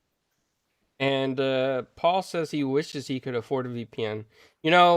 I agree with you, Paul, because the VPNs, some of them, I mean, I love them. I mean, I'm not gonna lie. I love VPNs for many things. I used to do what PK does. PK's in cybersecurity. And I used to do cybersecurity in a sense as a hobby. And VPNs are great for those things. So I would recommend two, Paul, that are cheap and highly reputable. One is PIA, Private Internet Access. They're pretty cheap and affordable. And the second one is NordVPN. Comes out to $80 for 2 years, I think, and you get so many months free if you buy by the year. Those are the two cheapest and most highly reputable if you check out on different sites and everything. So always look for reputation. That's very important. And there's articles out there on what site is it? Torrent Freak that talks about the best, safest VPNs, and there's a few others beyond that. But those are the two that I would recommend after PK and I studied them for one day. Yep. PIA is pretty good. It doesn't save logs. I'm not telling you to use that because it doesn't do that, but I'm just telling you it doesn't do that. Whole different story. And I'll DM you the info, Serial Paul. So, speaking of Paramount Plus, which is where Halo TV series is going, Mav. I know you're not upset at all that it's not Showtime. That you're completely happy with Paramount Plus, and you'll buy it because you are Spartan 117, aka Master Chief yourself. But they also have some other cool stuff coming to them that I'm just gonna bring up really quick, for everyone in here, just in case you didn't know. Is they're getting the reboot of the Nickelodeon Rugrats series in CGI animation. And it does look really good. It doesn't look like a crappy job like Turtles did for Nickelodeon. This looks like really good. And it's going to have the original voice cast, even Tara Strong. Oh, so wow. that is huge. Yep. And they're getting a Star Trek series And the Star Trek cartoons CGI series looks almost like a Guardians of the Galaxy. It looks like they even got their own Groot version or Drax in the background. And it's I don't know if you guys seen the picture of that either, but that looks interesting and it could have potential, or it might just be a complete flop. But Paramount Plus is starting to pick up some heavyweights. Yeah, So with Star Trek, they got a chance to really do something to be like the place for sci-fi, guys, right? so you said it was a CBS owned subsidiary, right? Paramount, right? So No, Paramount owns Paramount CBS. I mean, Viacom Okay. CBS rather owns all of the subsidiaries below. so are they scrapping All Access then? No, Because I had a no. Well, I soft mean, spot for I take it back. Picard. I have no idea. CBS Okay. All Access is becoming Paramount Plus. There Yeah. we There you go. Okay, so boom. So, because because they had that Star Trek series that was on All Access, and then they came out with the Next Generation Picard, which I got a soft spot for my Professor Xavier over there. So, uh, it was like the first DVD I've bought in like so long. I was like, I'm getting this. Like I don't got CBS All Access, but I'm gonna get this. So yeah, I mean, okay, so that explains that. It's like HBO turning into HBO Max from DC from what was Universe. that? Yeah, bringing all like combining everything into a new subscription service. So it actually, you know what what you just said, clowns. I think you sold me on it. I think you should buy stock. I think you should hand your resume to Viacom and say I am a amazing seller and quit this YouTube gig. I'm just kidding. Or should I go to Viacom and be like, you should sponsor every panel member of Four Guys with Quarters because they show up every week, and even in the UK, they need your subscription for free. And And and even you'll throw in Nightwolf. a VPN. Yes, and VPN. throw in a VPN.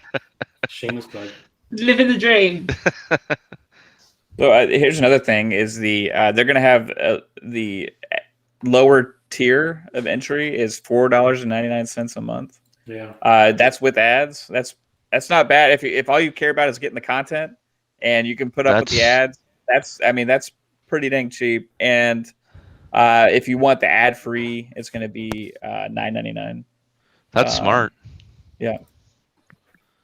Because they're still getting their money with the ads, So Yeah, they're like, 100%. So hey, you want $4.99? Here, take the ads.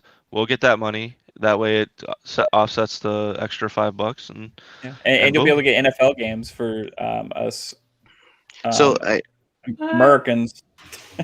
So Gaming American Differently football.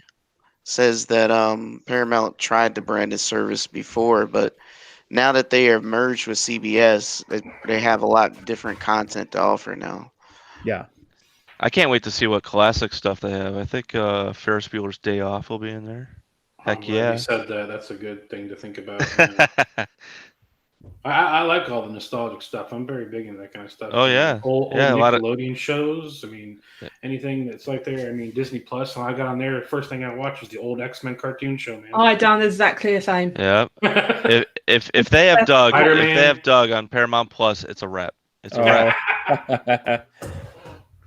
Hey, give me some Legends of the Hidden Temple, Double Dare. Oh my gosh. Guts. Are you afraid of the dark? Double Dare? Yes. Double Dare. Hey, I was at Mall of America and they had a Double Dare live, and I was a part. Yes. Oh, that's fun. You know We're what I would showing our like? age, ladies and gentlemen. You know what I'd like to see on one of these services that goes way back is you can't do that on television. You guys remember that? That was one of Nickelodeon's. Wasn't that a skit show? It was like a skit comedy show, and it actually aired on, I think, free cable TV in Canada, and then Nickelodeon picked it up because they didn't have a lot of content at the time. And that show is where they started the whole slime thing, and I mean, it just a lot of stuff back then that you can't do today and talk about on TV. That show probably had some of that. Basically, their motto should say, if you want a harder world, watch Paramount Plus. So wait That's a what that minute. should say. Did we move on to the Transformers topic since we're talking about Paramount? I mean, we might as well bring it up because it is our perfect filler topic, and then we can end with the other one that I'll bring up at the end of this. Sorry, I was speaking out loud. But you want to go ahead, Now, PK? go ahead. You bring it up. I wanted to. Well, you can bring it up. I wanted to go in on it because I'm a gigantic Transformers fan. So there's a new animated series announced for Nickelodeon and Entertainment One, and I figured I'd bring it up on the show because we are 4 as recorders, and we primarily do discuss gaming, but sometimes there's some retro stuff, and Transformers is really, really retro. And I think Mav's getting a Transformers figure that I'm probably gonna be jealous of. Yeah. Man, Mav's got all that cool stuff in the background. So, anyway, they're coming back with Transformers. Wait a minute. It's Rodimus. I couldn't see him. So yeah, it is. It's Rodimus. So is that Masterpiece Rodimus? No, it's I don't Deluxe. remember which one it Like, is because I'm not really a collector. I just thought it looked cool, so I bought it. I'm a I thought that was collector. I'm Hot sorry. Rod. Yeah.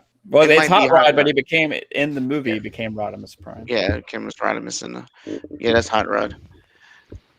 So I'm always excited for a new Transformers show. I watch everyone, even the Netflix ones that recently came out, the War for Cybertron, even though I have questions on that one. One thing that I feel like has been amiss all this time that Transformers has been had a reiteration. And one thing is they focus too much on Bumblebee and there is no jazz. There is no jazz. And for the guys who has been watching Transformers throughout the years, jazz is one of the Transformers that love the human culture and always adapted to it. Was always the one that learned how to speak our language before anybody else. I think that is a big miss. And back in the day, he was one of the most popular Transformers out of all of them, besides Bumblebee and Optimus. And I think they should definitely bring that back. With that said, I don't know how I feel about the people behind this one, because if they're just going to do another goofy, like Rise of the Teenage Mutant Ninja Turtles, I did not like that iteration of Turtles at all. I prefer they kept the 2012 version, the 3D animated version. At least that was funny and entertaining. But this one, the Rise of the Teenage Mutant Ninja Turtles, is not only did they change everything, but they made it too over the top goofy. I'm okay with goofy cartoons for kids, but when I watch my daughter and she's like, getting a headache looking at it, that means it's too goofy. Okay, kids are not that retarded. They understand and can interpret things and how scenarios play out. Come on, man. Same thing with the Rescue Bots Transformers. It's the same thing. They dumbed it down too much to where it was hard to follow. There's no story. I understand they're trying to sell toys, but at least make it make sense so the kids get excited to want to ask for the toys. Yeah, and again, I understand they're pushing toys, but when you got your core series out here, you want to make the kids excited to want to watch as well as buy the toys. And if you're not getting them excited and only people watching are the older people who are not buying the toys, that means you're defeating the purpose. So I would hope that Hasbro, they do make a pretty quality show this time around. If they're just going to do another Rescue Bots, I think Hasbro needs to give it up and give this franchise to somebody else who will do something with it. There's something I want to say about this. I read the article. I don't know if everybody's read the article, but I do have some concerns with this because I did not like the way Nickelodeon handled the Teenage Mutant Ninja Turtles in CGI at all. I thought it was terrible compared to the original animated series, and maybe it's because I grew up with the animated, the original kind of animation. So this animated TV show has veterans that worked on Ant Ward, Rise of the Teenage Mutant Ninja Turtles, Nicole Dubik, who did Transformers Rescue Bots. They're both serving as executive producers, and co-executive is Dale Malinowski, Rise of the Teenage Mutant Ninja Turtles. Now, if I remember correctly, all those were terrible CGIs. No. Rise is the current Turtles that's animated. That put Raph as the leader, and Leonardo the goofy guy that wants to skateboard, and all. It's really Oh, backwards. so they pulled the It's Michael Bay. it's horrible. It No, is the worst. I cannot co-sign this. I cannot co-sign this. Yeah. I'm telling you, it's the worst. The It art is the style is worst. just ridiculous too. I It's hate just that. so- It is. It, like I said, I prefer the CG over this, but there's no way if they're gonna go that direction, this is gonna be a crap show. Well, it was pretty Let's hope they popular, learned. wasn't it? Like this show, didn't it do pretty well with the kids and stuff? So No, that's the 2012 to 2017 Turtles actually sold more toys and had more better ratings. I mean, Right. to be honest, turtles are always going to do well because we all love them. So they're always going to have a following of some kids, but it's just each person tries to make it their own and go way too far over, like he was saying. And that one I did not like at all. I mean, You want to capture the fantasy of the kids. Like, don't steer away from the core mechanic, right? right. The thing is, look at what they did with Thundercats War, right? I don't know if you guys seen that abomination, but I refuse. that was terrible. they said, this is what they said, and I quote, "We're doing this for the fans who love the original series." Is this how they really feel about us? I just feel kind of disrespectful. I would say Sounds what a little about, tone deaf, actually. What about that the Netflix series Voltron? I was never a Voltron fan, but when I watched that, I thought that was kind of cool. No, that was great, but but you get what I'm saying though. It's a different narrative. Yeah. If they're trying to sell to kids so they go buy toys and merch, I get it. But you don't have to dumb it down to the point where you killing brain cells. There kids in Asia and all across the world are watching Naruto that has a freaking story, or One Punch Man, or My Hero Academia that has in-depth stories, characters fleshed out, etc., etc. And you mean to tell me you have a problem with doing a proper storyline that gets the kids captured? You want the next generation, us, right? The kids that were loving the Transformers and Turtles back in the day and grew up still loving them to this day. That's what you want. You want the new us younger. You don't want to bore them and then they're like, that's whack. Because of course it is whack. Look at what they gave them. Yeah. I agree with you, PK, 100%, man. Like they got to figure out those shows and stuff. Like all these streaming services should be the perfect home. Like Ninja Turtles, they got DC Titans on HBO Max. Freaking have a Ninja Turtle show like in that kind of style, like on there, like kind of hardcore and dark. Don't be afraid to go out there. That'd be amazing. The only way to do that is they can't focus on selling toys. Yeah, They 100%. they either have one show for selling toys and have another one for the audiences giving you the ratings. If it's a good enough show, it'll sell the toys. True, facts. I agree. But there's still execs that they like doing things the old way. Oh yeah. I mean, Dragon Ball sells, and that definitely is not built for kids, right? They come on, man. just had the same art style the whole time, yeah. But I'll say this: growing up, I liked Transformers because I liked what it was. I kind of was on the back end of it though, so I don't know if I upset some diehard Transformers fans, but I got really heavily into Beast Wars. And That's actually a good show. That's actually a I solid would show. love. They do so much on Transformers alone. I would love to see a reboot on that. Those characters, Rat Trap, Cheetor, Optimus Prime, Dinobot, Rhinox, they had really good characters. And they all had their own unique thing. I mean, it was just so cool. And you see them transmetals, and then I loved at the end where you see them kind of come full circle and find the old Autobot ship. You know, it was cool. Yo, and what you saying that they are working on a live action version of that without any humans, Ooh. which are all. It should look like, if you've seen the Bumblebee movie, it should look like that. Interesting. Maybe the success of the Transformers Netflix series they come out with recently, that I think is really good. The CG one. Have y'all seen that? Yeah, though I still have questions about that as well. But I mean, compared to anything else they've been releasing for a long time, it's pretty good, right? It's got the Gen 1 kind of characters and stuff on there, so yeah, it does have the models for sure.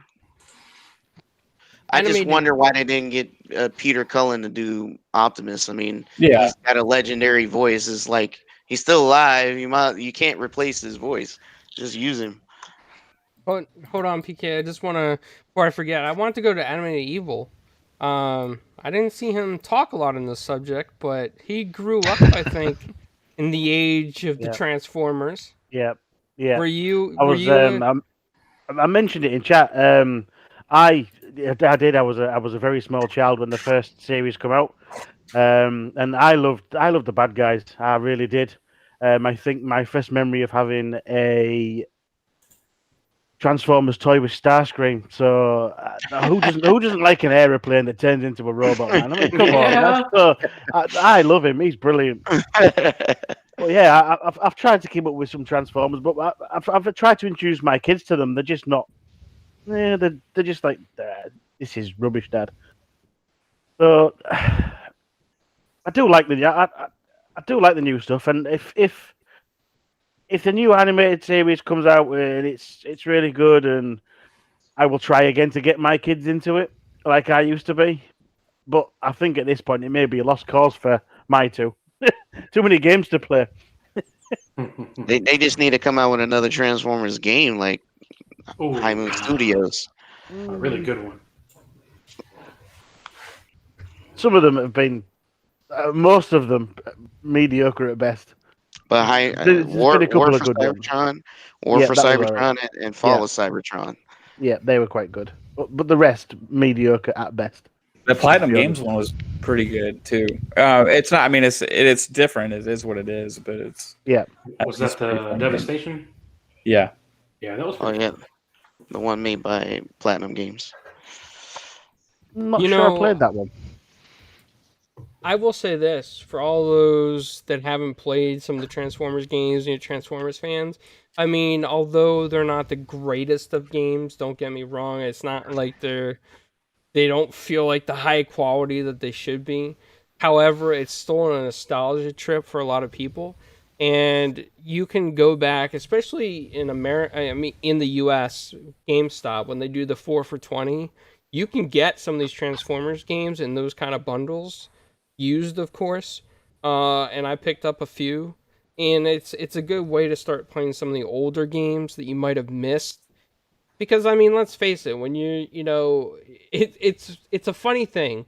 It's like as you get older, you reminisce more on the kind of classic stuff, right? But when you're in your 20s, you want to like move on to like the next best thing constantly. So as you get older, it's like kind of reversal of what you did in your mid years. So it's kind of crazy. But if you have the opportunity, I highly suggest checking out some of these older titles for older cartoon shows that you actually liked. Also, I was going to say, since we're on this topic too, Netflix has a show. If anybody hasn't seen it, but the Toys That Made Us. Anybody seen that? Yeah, I've seen a little bit. Yeah, it's awesome because I mean it goes back to the Turtles toys, the Transformers toys. I mean, if you guys like nostalgia and all that stuff, it's really cool, and how the story and how they came about doing it like that. I thought it was really cool. I mean, they go back to even like Cabbage Patch Kids and He-Man, but yeah. I'm trying to find this guy. I can't remember his name. It was Jay and Rob that did Nintendo Quest. They have a TV. They have another show. I'm just trying to find it real quick, so I'm just stalling you guys while I'm talking. Yeah, Robert McCowan is the director, and he has another show that he had just done where they go back and they try to get all the old toy figures. And I think it's on. I think it's coming to Netflix. I'm trying to find the name of this. Come on, where is it? He also did Power of Grayskull, Definitive History of He-Man. I think that's what it's called. Action Figure Adventure. Let me see if this is it. That's a movie, huh? Masters of the Universe. That's a movie. I love Frank that movie. Langella. Frank Langella, man. That when he did the Universe's Power line, like that, I was like, Oscar right there. Give it to him. So, Rob and Jay from Nintendo Quest made another film called Action Figure Adventure. And it's from the synopsis, it says, come along for the ride of a lifetime as super collector Jay Bartlett goes on a quest for the coolest, rarest, and most talked about action figures and playsets ever created in hopes of putting together the ultimate action figure auction, with all the proceeds going to support a local charity and critically ill children. Along the way, hear from industry insiders, icons, legends, and a plethora of fans who discuss the evolution of action figures, debate the pros and cons, reminisce about action figure memories, and of course, explore the future of it all. Now, I will say this. If you haven't seen Nintendo Quest, Rob and Jay are really cool people. Jay Bartlett actually came on Four Guys with Quarters as a guest back around 2016 after he did Nintendo Quest and it aired on Netflix. He's a really nice guy. And now that we're on the topic of this toy thing, I think I'm going to ask them to come back on the show to talk about their action figure adventure. Because all of us here, obviously, love these old toys. I don't know if Mama does. Mama, did you play with Transformers? I did not. My brother did, though. Did you ever steal his Transformers? Sometimes, maybe. Yeah. Yeah. Okay. The Transformer was a Ken doll. No. Wow. I just think I understood that a little bit. It's like Barbie and Optimus Prime, you know. Oh, yeah. How can I ever repay you? I used to take, because he had loads of Thundercat figures. So I used to take them. Oh man! Now you're taking us down a whole nother rabbit hole of action figures. I know. The Thundercats, man. Mommy, you played with the Yeah. Thundercats figures? Wait a minute. Don't act like you wasn't playing with them. Still got him. Could be worth something. Yeah, I mean, she was playing with a Lion-O was her favorite. Talking about some Thundercats. Oh, Lion-O was my very first crush. I knew it. Oh. I should have bet it $5. I knew it. I'm letting out all my Right after that, secrets. yes. Well, that's all right. I felt the same way about one of my sister's She-Ra figures. What was it? The blue one, like the Snow Queen. I forget her name, but she was a blue Hey. figure. And I would always take it from my sister's collection. G.I. Joe would capture her and put her in prison for like eternity. So Wow. it wasn't Chitara for you. Who? Chitara from Thundercats. No. No. Oh, yeah. I got a Tigra Fun Pop somewhere around here. Have you?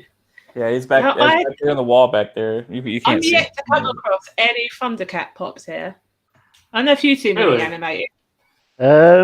No, I haven't. I'll be honest. So annoying. Thunder, thunder, thunder, thunder, cats. You know, Thunder, thunder, thunder, thunder. Sorry, I love that show. I'm I loved it. thinking. I think I just came up with a great idea for you, Mav. I came up with the greatest idea. Everybody on the show here first. Everybody who's listening here first. I think Mav and Flamish should work together and recreate all the show tunes of their childhoods. I'm down. All right, so the Thundercats will be a super chat chime. Yes. And then G.I. Joe will be like joining the YouTube channel chime. Like, you Can we know, make He-Man? we'll make good use of this stuff. What? Gotta have a Transformers transforming sound. Like, come on. Yeah, Oh yeah. He-Man. I have power. This graphic god came up with a term for the Mav and Famish. Mavish. Yes. Mavish. Love That it. sounds like a hour-long sitcom on like CBS or something. Yeah, following Blackish, Mavish. Sounds better Or than Flav. or we can go like really like prissy with it and yuppie and call it a flamav. Flamav. Flamav. How about Flamavish? I am very You know. curious The now. Of Mavish what, Chronicles. Mama, I have just found that there is a Snarf Funko Pop available on Amazon. No. Yeah, a little Snarf. How much is it? Currently unavailable, unfortunately. Of course. Selling like Wow. hotcakes. Hey. Yeah, but that's the only one I can find. Oh, Have you all seen that fake movie trailer for Thundercats with like Brad Pitt and stuff? oh, it's not. Oh my god, it's amazing. You have to look it up on YouTube. Just type in like Thundercats movie trailer, and it has like Vin Diesel as Panthro. It has Brad Pitt as Lion-O. They take all these scenes from different movies, but they actually put the like makeup on their faces and stuff somehow. It's pretty freaking awesome. I highly suggest it. Nightwolf, do you have any toy figures behind you? Oh yeah, man. I mean, like, try to get you there. God of War, got Assassin's Creed 3, Gears 3, mostly Batman figures here. I still got some packed away, man, just because, like I said, I'm trying to get a bigger setup. I'm trying to get a glass case like from like IKEA or something like that. But I try to get the collectibles from like either GameStop, you know, that are worth it, you know, when they're selling them. But I'll either go to stores, and there's this one right here, and you know where I live at a mall that, God, he's got some great ones. I mean, he's got some towering big ones I love. I mean, way out of my price range, but I would love to have some Spider-Mans and all that stuff, the ones I've never seen. I currently, like with my Batman collection, I really want to get the animated series Batman statues. And I think there's also his Batmobile. But yeah, man, I mean, anything that, you know, just, you know, speaks to me, you know, of my child or anything like that, you know, I've got to get. So yeah, I love it. I'm going down a new rabbit hole, and I better stop myself because all this toy talk is too awesome. Hey, yeah. Too many Could be a whole nother memories. show. Yeah. So getting back to games, I think this, you know, last topic before we get out of here is that Outriders, oh man, animated evil, just pop something in there. Oh, Dragons TV, thank you so much for that super chat. Thank you so much, man. Really appreciate it, bro. So Outriders is 60 frames per second, even on the Series S. That's all I care about. Yeah, I mean, does that meet everybody's expectations? Everybody happy about Outriders being 60 It's a frames per shooter. second? I mean, yeah, man. Oh, yeah. I'm just wondering where all the typos came from the first posting of that. You know, I mean, I guess, you know, the 3 and the 6 is so close. You know, it just baffles me sometimes, like how all this stuff comes out. Although, you know, the PlayStation 1 wasn't touched. You know, it was great. It was what it needed to be. But then, you know, apparently the Series S version might as well should have been a OG Xbox Fat. You know, so I mean, I just, you know, you know, subtle mistakes. It's okay. Well, the series, I mean, they did correct themselves and say the Series S is going to be 4K at 60 frames per second, just like the Xbox Series X, and the One X is going to be 4K 30 frames per second. It baffles me that people still can't fathom the Series S being some type of machine that can perform better than 1080p. Like I think Xbox called it a 1080p or a 1440p machine, just because obviously a majority would be in that range. Now, I think it's nothing but a positive that this box can perform, especially Outriders, right? I mean, I remember the first game that was 4K 60. I was like, Ori and the Will of the Wisp was going to be 4K 60 on the S, and it surprised the crap out of me. I was like, oh look, but it's a side scroller, with lots of pretty lights. So I mean, it's capable of doing that on that machine. But then when you go to Outriders and people are like, oh no, like it's. I know we're talking about the Outriders, but I'm just saying, like, the fact that they for some reason didn't do a single typo on PlayStation specs, and then they go from 1080p 30 for Series S to 4K 60 for Series S. It just, who wrote that thing? Like, that's what baffles me about why can't we all, it's like, well, if I got a PS5 that's 4K 60 for $500, and then this little itty bitty Series S is 4K 60 for only $299. Well, why did I get and it's doing the same performance? Well, why did I get the PS5? Why did I get, like, it's a technological marvel. I remember seeing Outriders when it was first presented. I was in the second I saw it. You could tell the like the futuristic look, the grimy, I guess the term would be more like Star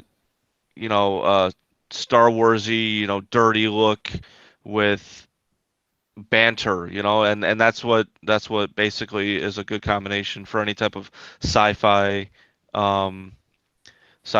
story. So I mean, personally, I didn't get a chance to see anybody play the demo. I know there's a couple people that I definitely see it, but even just seeing like stills and like small little clips here and there, I mean, it looks like a great game to play with somebody.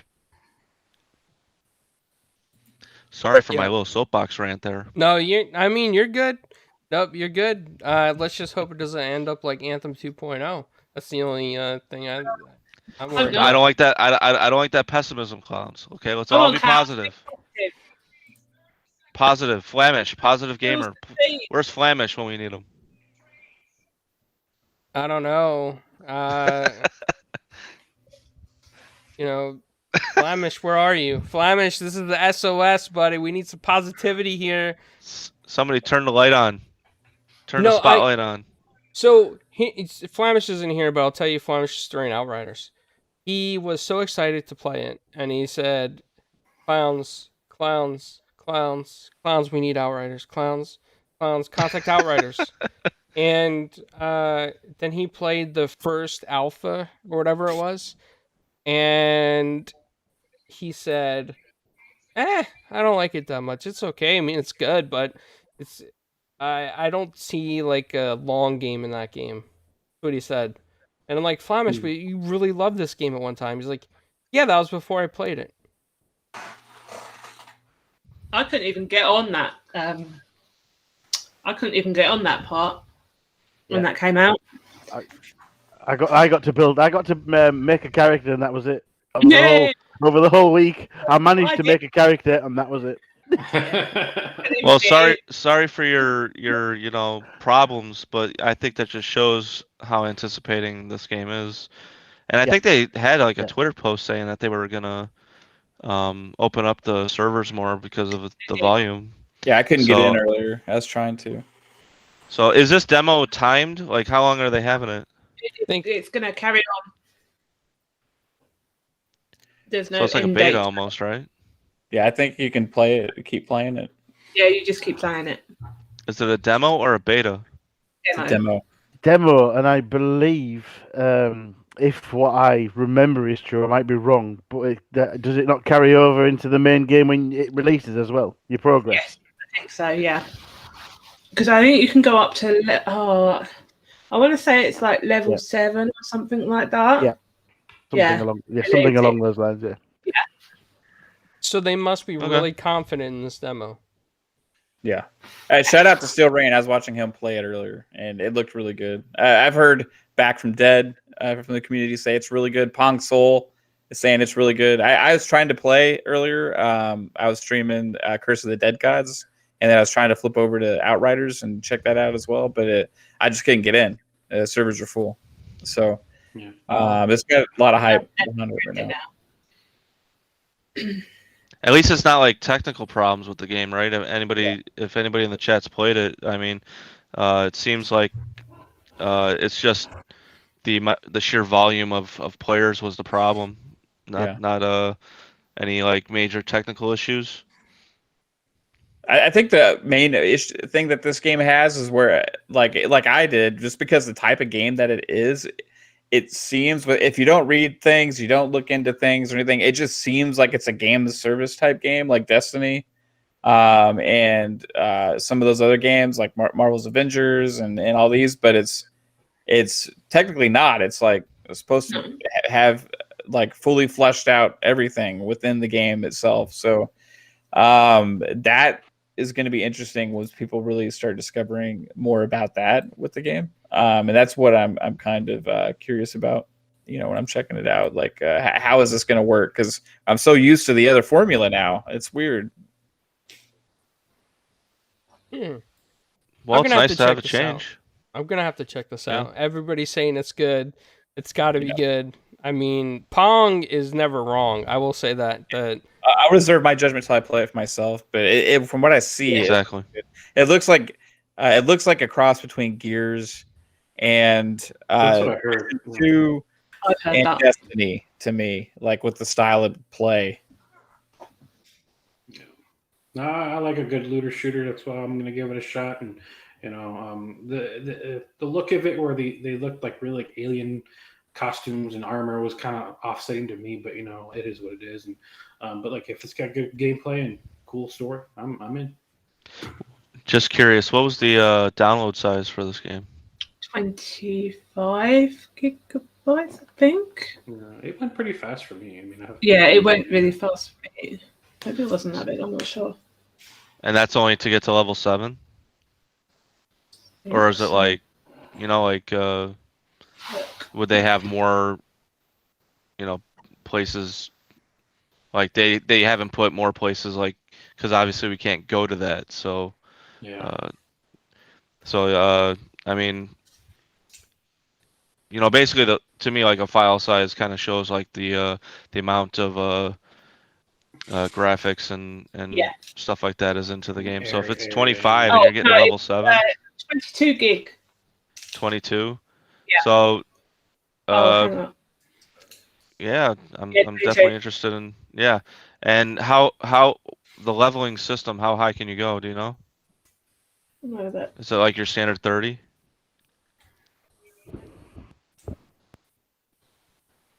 Does anybody know? Mm-mm. No. In the demo, Pong Soul in the chat says it's level 7, world tier 5. Yeah. That's probably for the demo, I believe. Well, now Yeah, I'm even more curious about the tier system. So, Yeah. So, I mean, Yeah, no. Someone said max player level is 30. It gives 20 points to spend on class tree. I don't know if that's accurate though. if anybody played the demo, is it more like a spatial sandbox, or is it like you feel like you can go anywhere? I think they told me spatial sandbox earlier when I was watching, because I asked that question.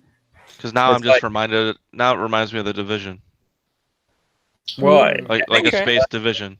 that potentially, or I'm not exactly sure. It may be level, like mission, like I think what you mean is like mission based, kind of where you go and do a mission and it's like you go through it.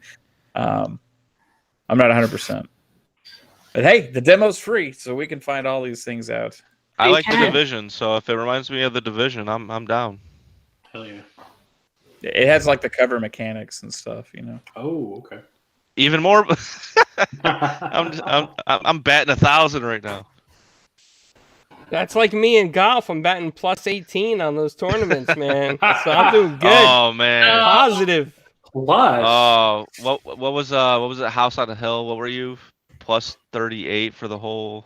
Yeah, because For the see, whole I was tournament? getting tired after round 1, and I was like, okay, it's almost over, right? I was Let me- like, and then Let me tell you something. guess what happened? That- There was another round, What? and then another round, and I was like, you know what? I gave up after round 1 because I was already plus like 12 at that point. Let me tell you something. That House on the Hill. I hate Xbot 448 for putting that up because he knows how I feel about a certain hole on that hill. But yeah, look, 3 rounds, right? 3 rounds. My total was -2. I was second place. Like that's how bad and how hard that tournament is. So, oh, by the way, just for all you PGA guys that are in the PGA DM as well, I created a new tournament. 3 rounds, $100 buy-in or coin, whatever the PGA currency is.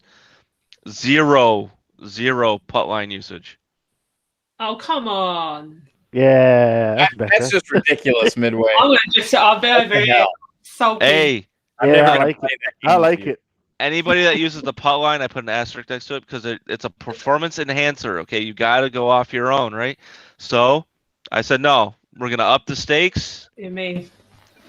and higher the risk. No, I mounted No my putt TV line. a little crooked, so like the putt line it may be off a little bit. As you Hey. can see, we sometimes we get off topic when we talk about fun stuff, and golf and Outriders is very similar. No, I'm just kidding. I'm just terrible at PGA golf tournaments, so I had to bring it up. I'm pretty Me bad. too. Stick with me, kid. I'll teach you. Oh, thanks, Midway. I appreciate that. I'll say Midway hit an amazing. He got a eagle. Was it an eagle? Was it a par 4? Yes. Yeah, so you Yeah, got a par 4 eagle. amazing It was a eagle hun- that I Yeah. retweeted on Twitter. Like that was like It spot was on. Twitter worthy. It was Yeah, Twitter worthy. It was a really good. 133 yard. Yeah, you got that spin to get it on the green on the drive, and then you hit that. I hit to the left just to hit that little mound just to knock it to the right a little bit, and all of a sudden it just went. I was like, yes. It's the little things in life. It felt so fulfilling. Must be nice not to have to use the button line. It's you gotta it's Well, all about playing. You gotta get used to the speed of the lines on the slopes. You gotta faster lines, well obviously it's gonna turn more. Slower lines turn less. I mean, you just gotta get used to it. You gotta play more too. Yep, I always try and not use them at all. The first time I played in multiplayer, I didn't even know it existed. So I didn't play very well. But, I didn't know either. yeah, I but shouldn't have said anything. I try not to use You did. any of them. But I try my best not to. But if I'm too far, I'll sneak one. But usually I don't use them. Real quick. We will get better. Real quick before we do get out of here, because we actually are going way past 2 hours now, which is interesting.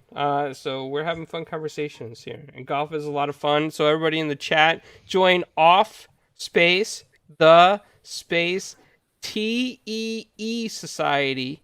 I accidentally put TEA and couldn't find it. I had to wait a day for somebody to explain to me that it was TEE. Some lady. There was TEA, and she's like, "What? Like the British tea?" Yes. That's like TEE. Yep, that's what I was thinking. Oh. So anybody else on the panel have any thoughts on Outriders? Nope, not that Nope. we haven't already said. Just I think gonna it's wait. got positive reviews and positive Yep. perception, and I think we'll all be playing it here shortly. Maybe somebody wants. Can someone play with me? If you If you can get on, Xbox You Live's been bastard. down So I That's haven't true. been able, I haven't managed to get on Xbox Live today, so I don't know if it's back up and running now.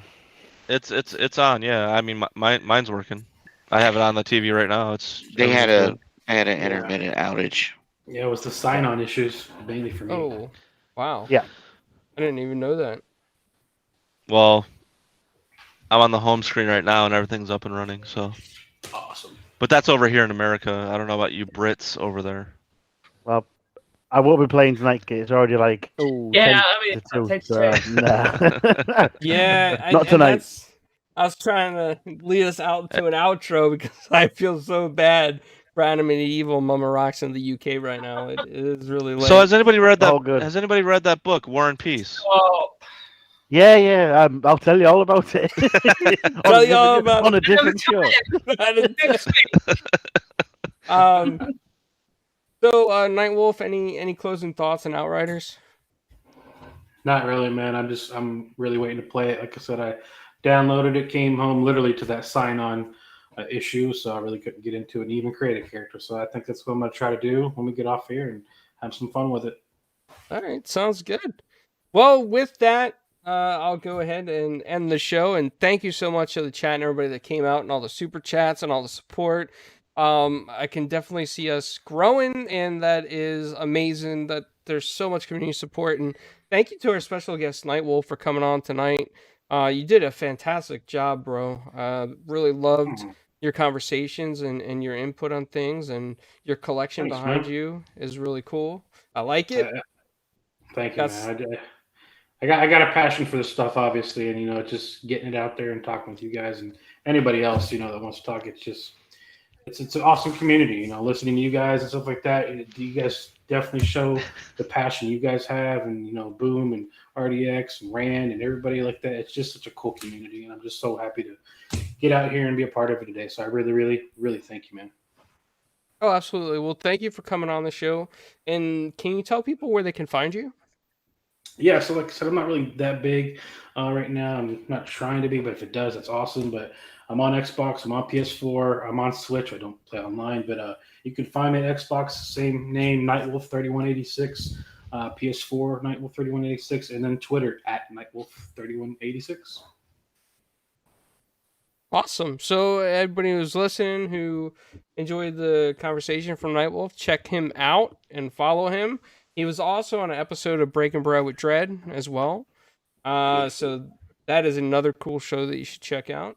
And speaking of shows, I mean, everybody in this panel is starting to become members of other shows. So let's go to, I'm going to go ahead and go next to Mav, who runs a fantastic show called the Xbox Ultimate Podcast, but he just started something called Fun Pop. Mav, where can people find you, man? Awesome show today, clowns. There's a lot of fun going off topic and talk about lots of different fun stuff. So shout out also to our guest as and Animated Evil for making his first actual appearance finally on the channel as a 4-guy with Quarter. So welcome. Yeah, you can find me on YouTube at Fun Speculation. Also on Twitter at Fun Speculation. On YouTube, we have the Xbox Ultimate Podcast, which is on Friday nights at 9 p.m. Eastern. And also, we started the Pop Culture Movie TV Show and More podcast on Sundays, and that's at 3 p.m. Eastern, again on the Fun Speculation YouTube channel. You can also find both of those podcasts on Spotify, Apple Podcasts, and more audio platforms as well. So I want to thank the chat for hanging out with us today. And again, to everybody here, it's fun times. Hell yeah. Awesome. Yeah, and I again, everybody follow Mav, check out his shows. It's really good stuff. Also, he puts a lot of content out on YouTube, plays games, and invites the community to play with him. His parties are usually open. It's always a blast if you can make it. And then he usually has open game night on Friday nights if he has time, which is a lot of fun too. And you'll get killed a lot in Halo, so hide behind trees. Hide behind trees. Great. Animated Evil. You are a man that has become known in this community as well, and do something about these game nights, right? So where can people Yeah. find you, and what are you up to? So you can find me at animated_Twitter. Animated_Twitter? That's not right. Animated_evil on Twitter. Let me get my words He's correct. tired.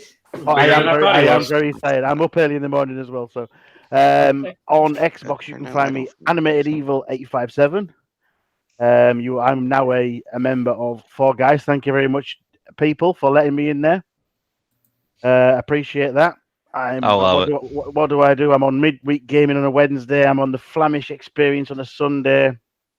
However, on a Friday and Saturday, me and Tushy Gaming host a community game night. Anybody is welcome. Just come in, join the fun. It is such a great night.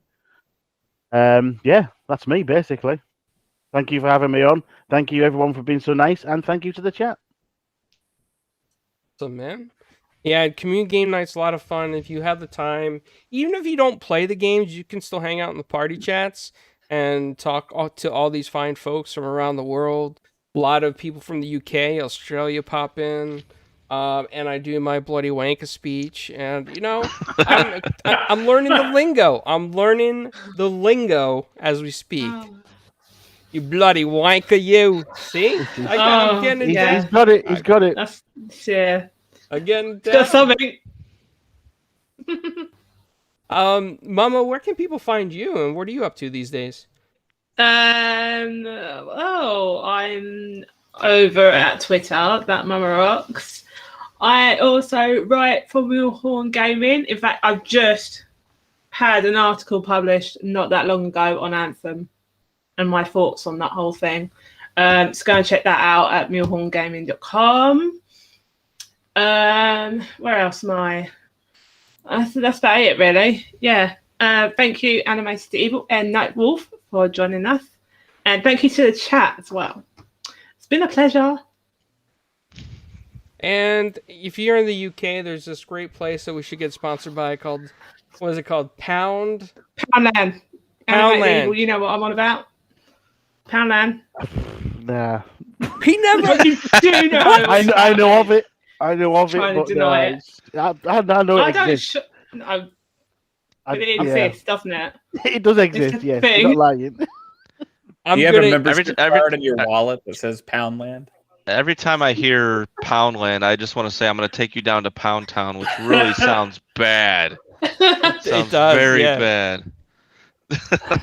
But Poundland, if any of you guys are watching from the UK and you want to sponsor us, we would be completely happy with that, and I have no complaints. I would just want some of the toys from your toy section every once in a while. If you I don't know sell if you toys. would, though. Really? I mean, they're £1. Okay, It's you only got a pound, so little army figures, your little Chinese toys are going to be laced with like Yeah. strychnine. Yeah, well, for- whatever. A pound Hey, for a little lucky dip bag. A lucky dip Yeah. bag for a It's pound. it's the in one. the paint. you know what? Store called Poundland, but everything has to weigh a pound. Oh, there's an idea. Yeah, One- Poundland, try that idea. Ounces Pound only. of chocolate.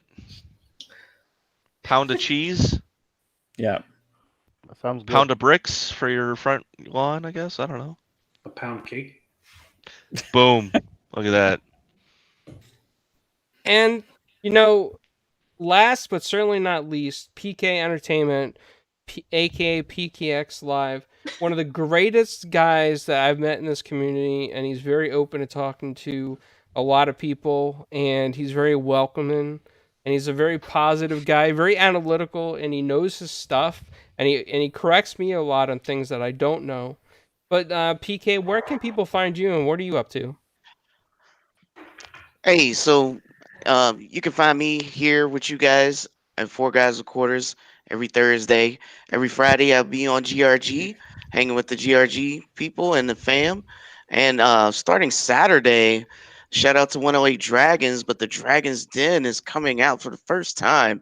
Yo, I'm so excited. Finally, been waiting for 1,000 years for this show to come out, guys. I would encourage you guys to definitely tune in. It's gonna be pretty fun. Definitely can find me at PKX Live at Twitter and on every platform. There's gaming. Definitely, if you guys want a game, just shoot me a DM and I'll definitely hop on, see what I can do to get going.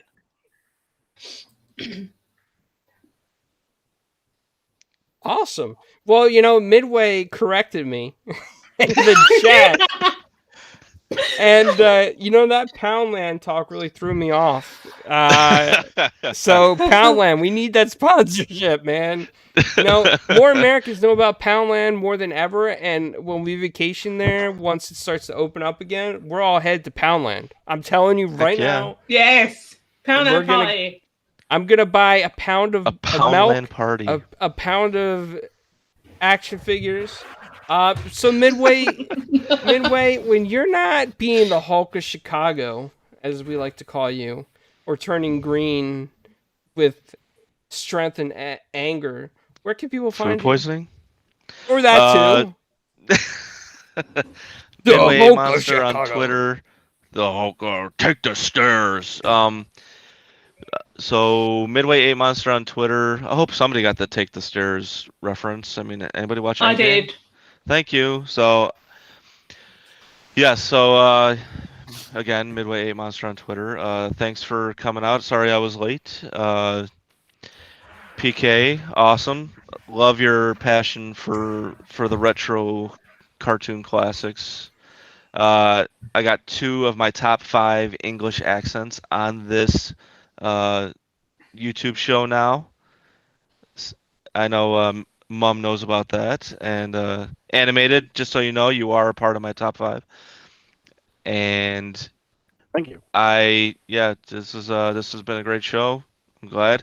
I'm not a content creator, but I am a content contributor, and I do think I do a pretty good job at it. Thanks, Clowns, for keeping me on another week. And have a good night, everyone.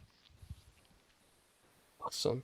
And with that, I'm going to try and do the intro as the outro, and hopefully I have the right one up, and it's not something old. It's not Flamish's OnlyFans? No, let's hope not. All right, so here we go. Let's see what happens. You are watching 4 Guys with Quarters. This is Spartan 17, and you're watching 4 Guys with Quarters. Pay attention and finish the fight. Chief out.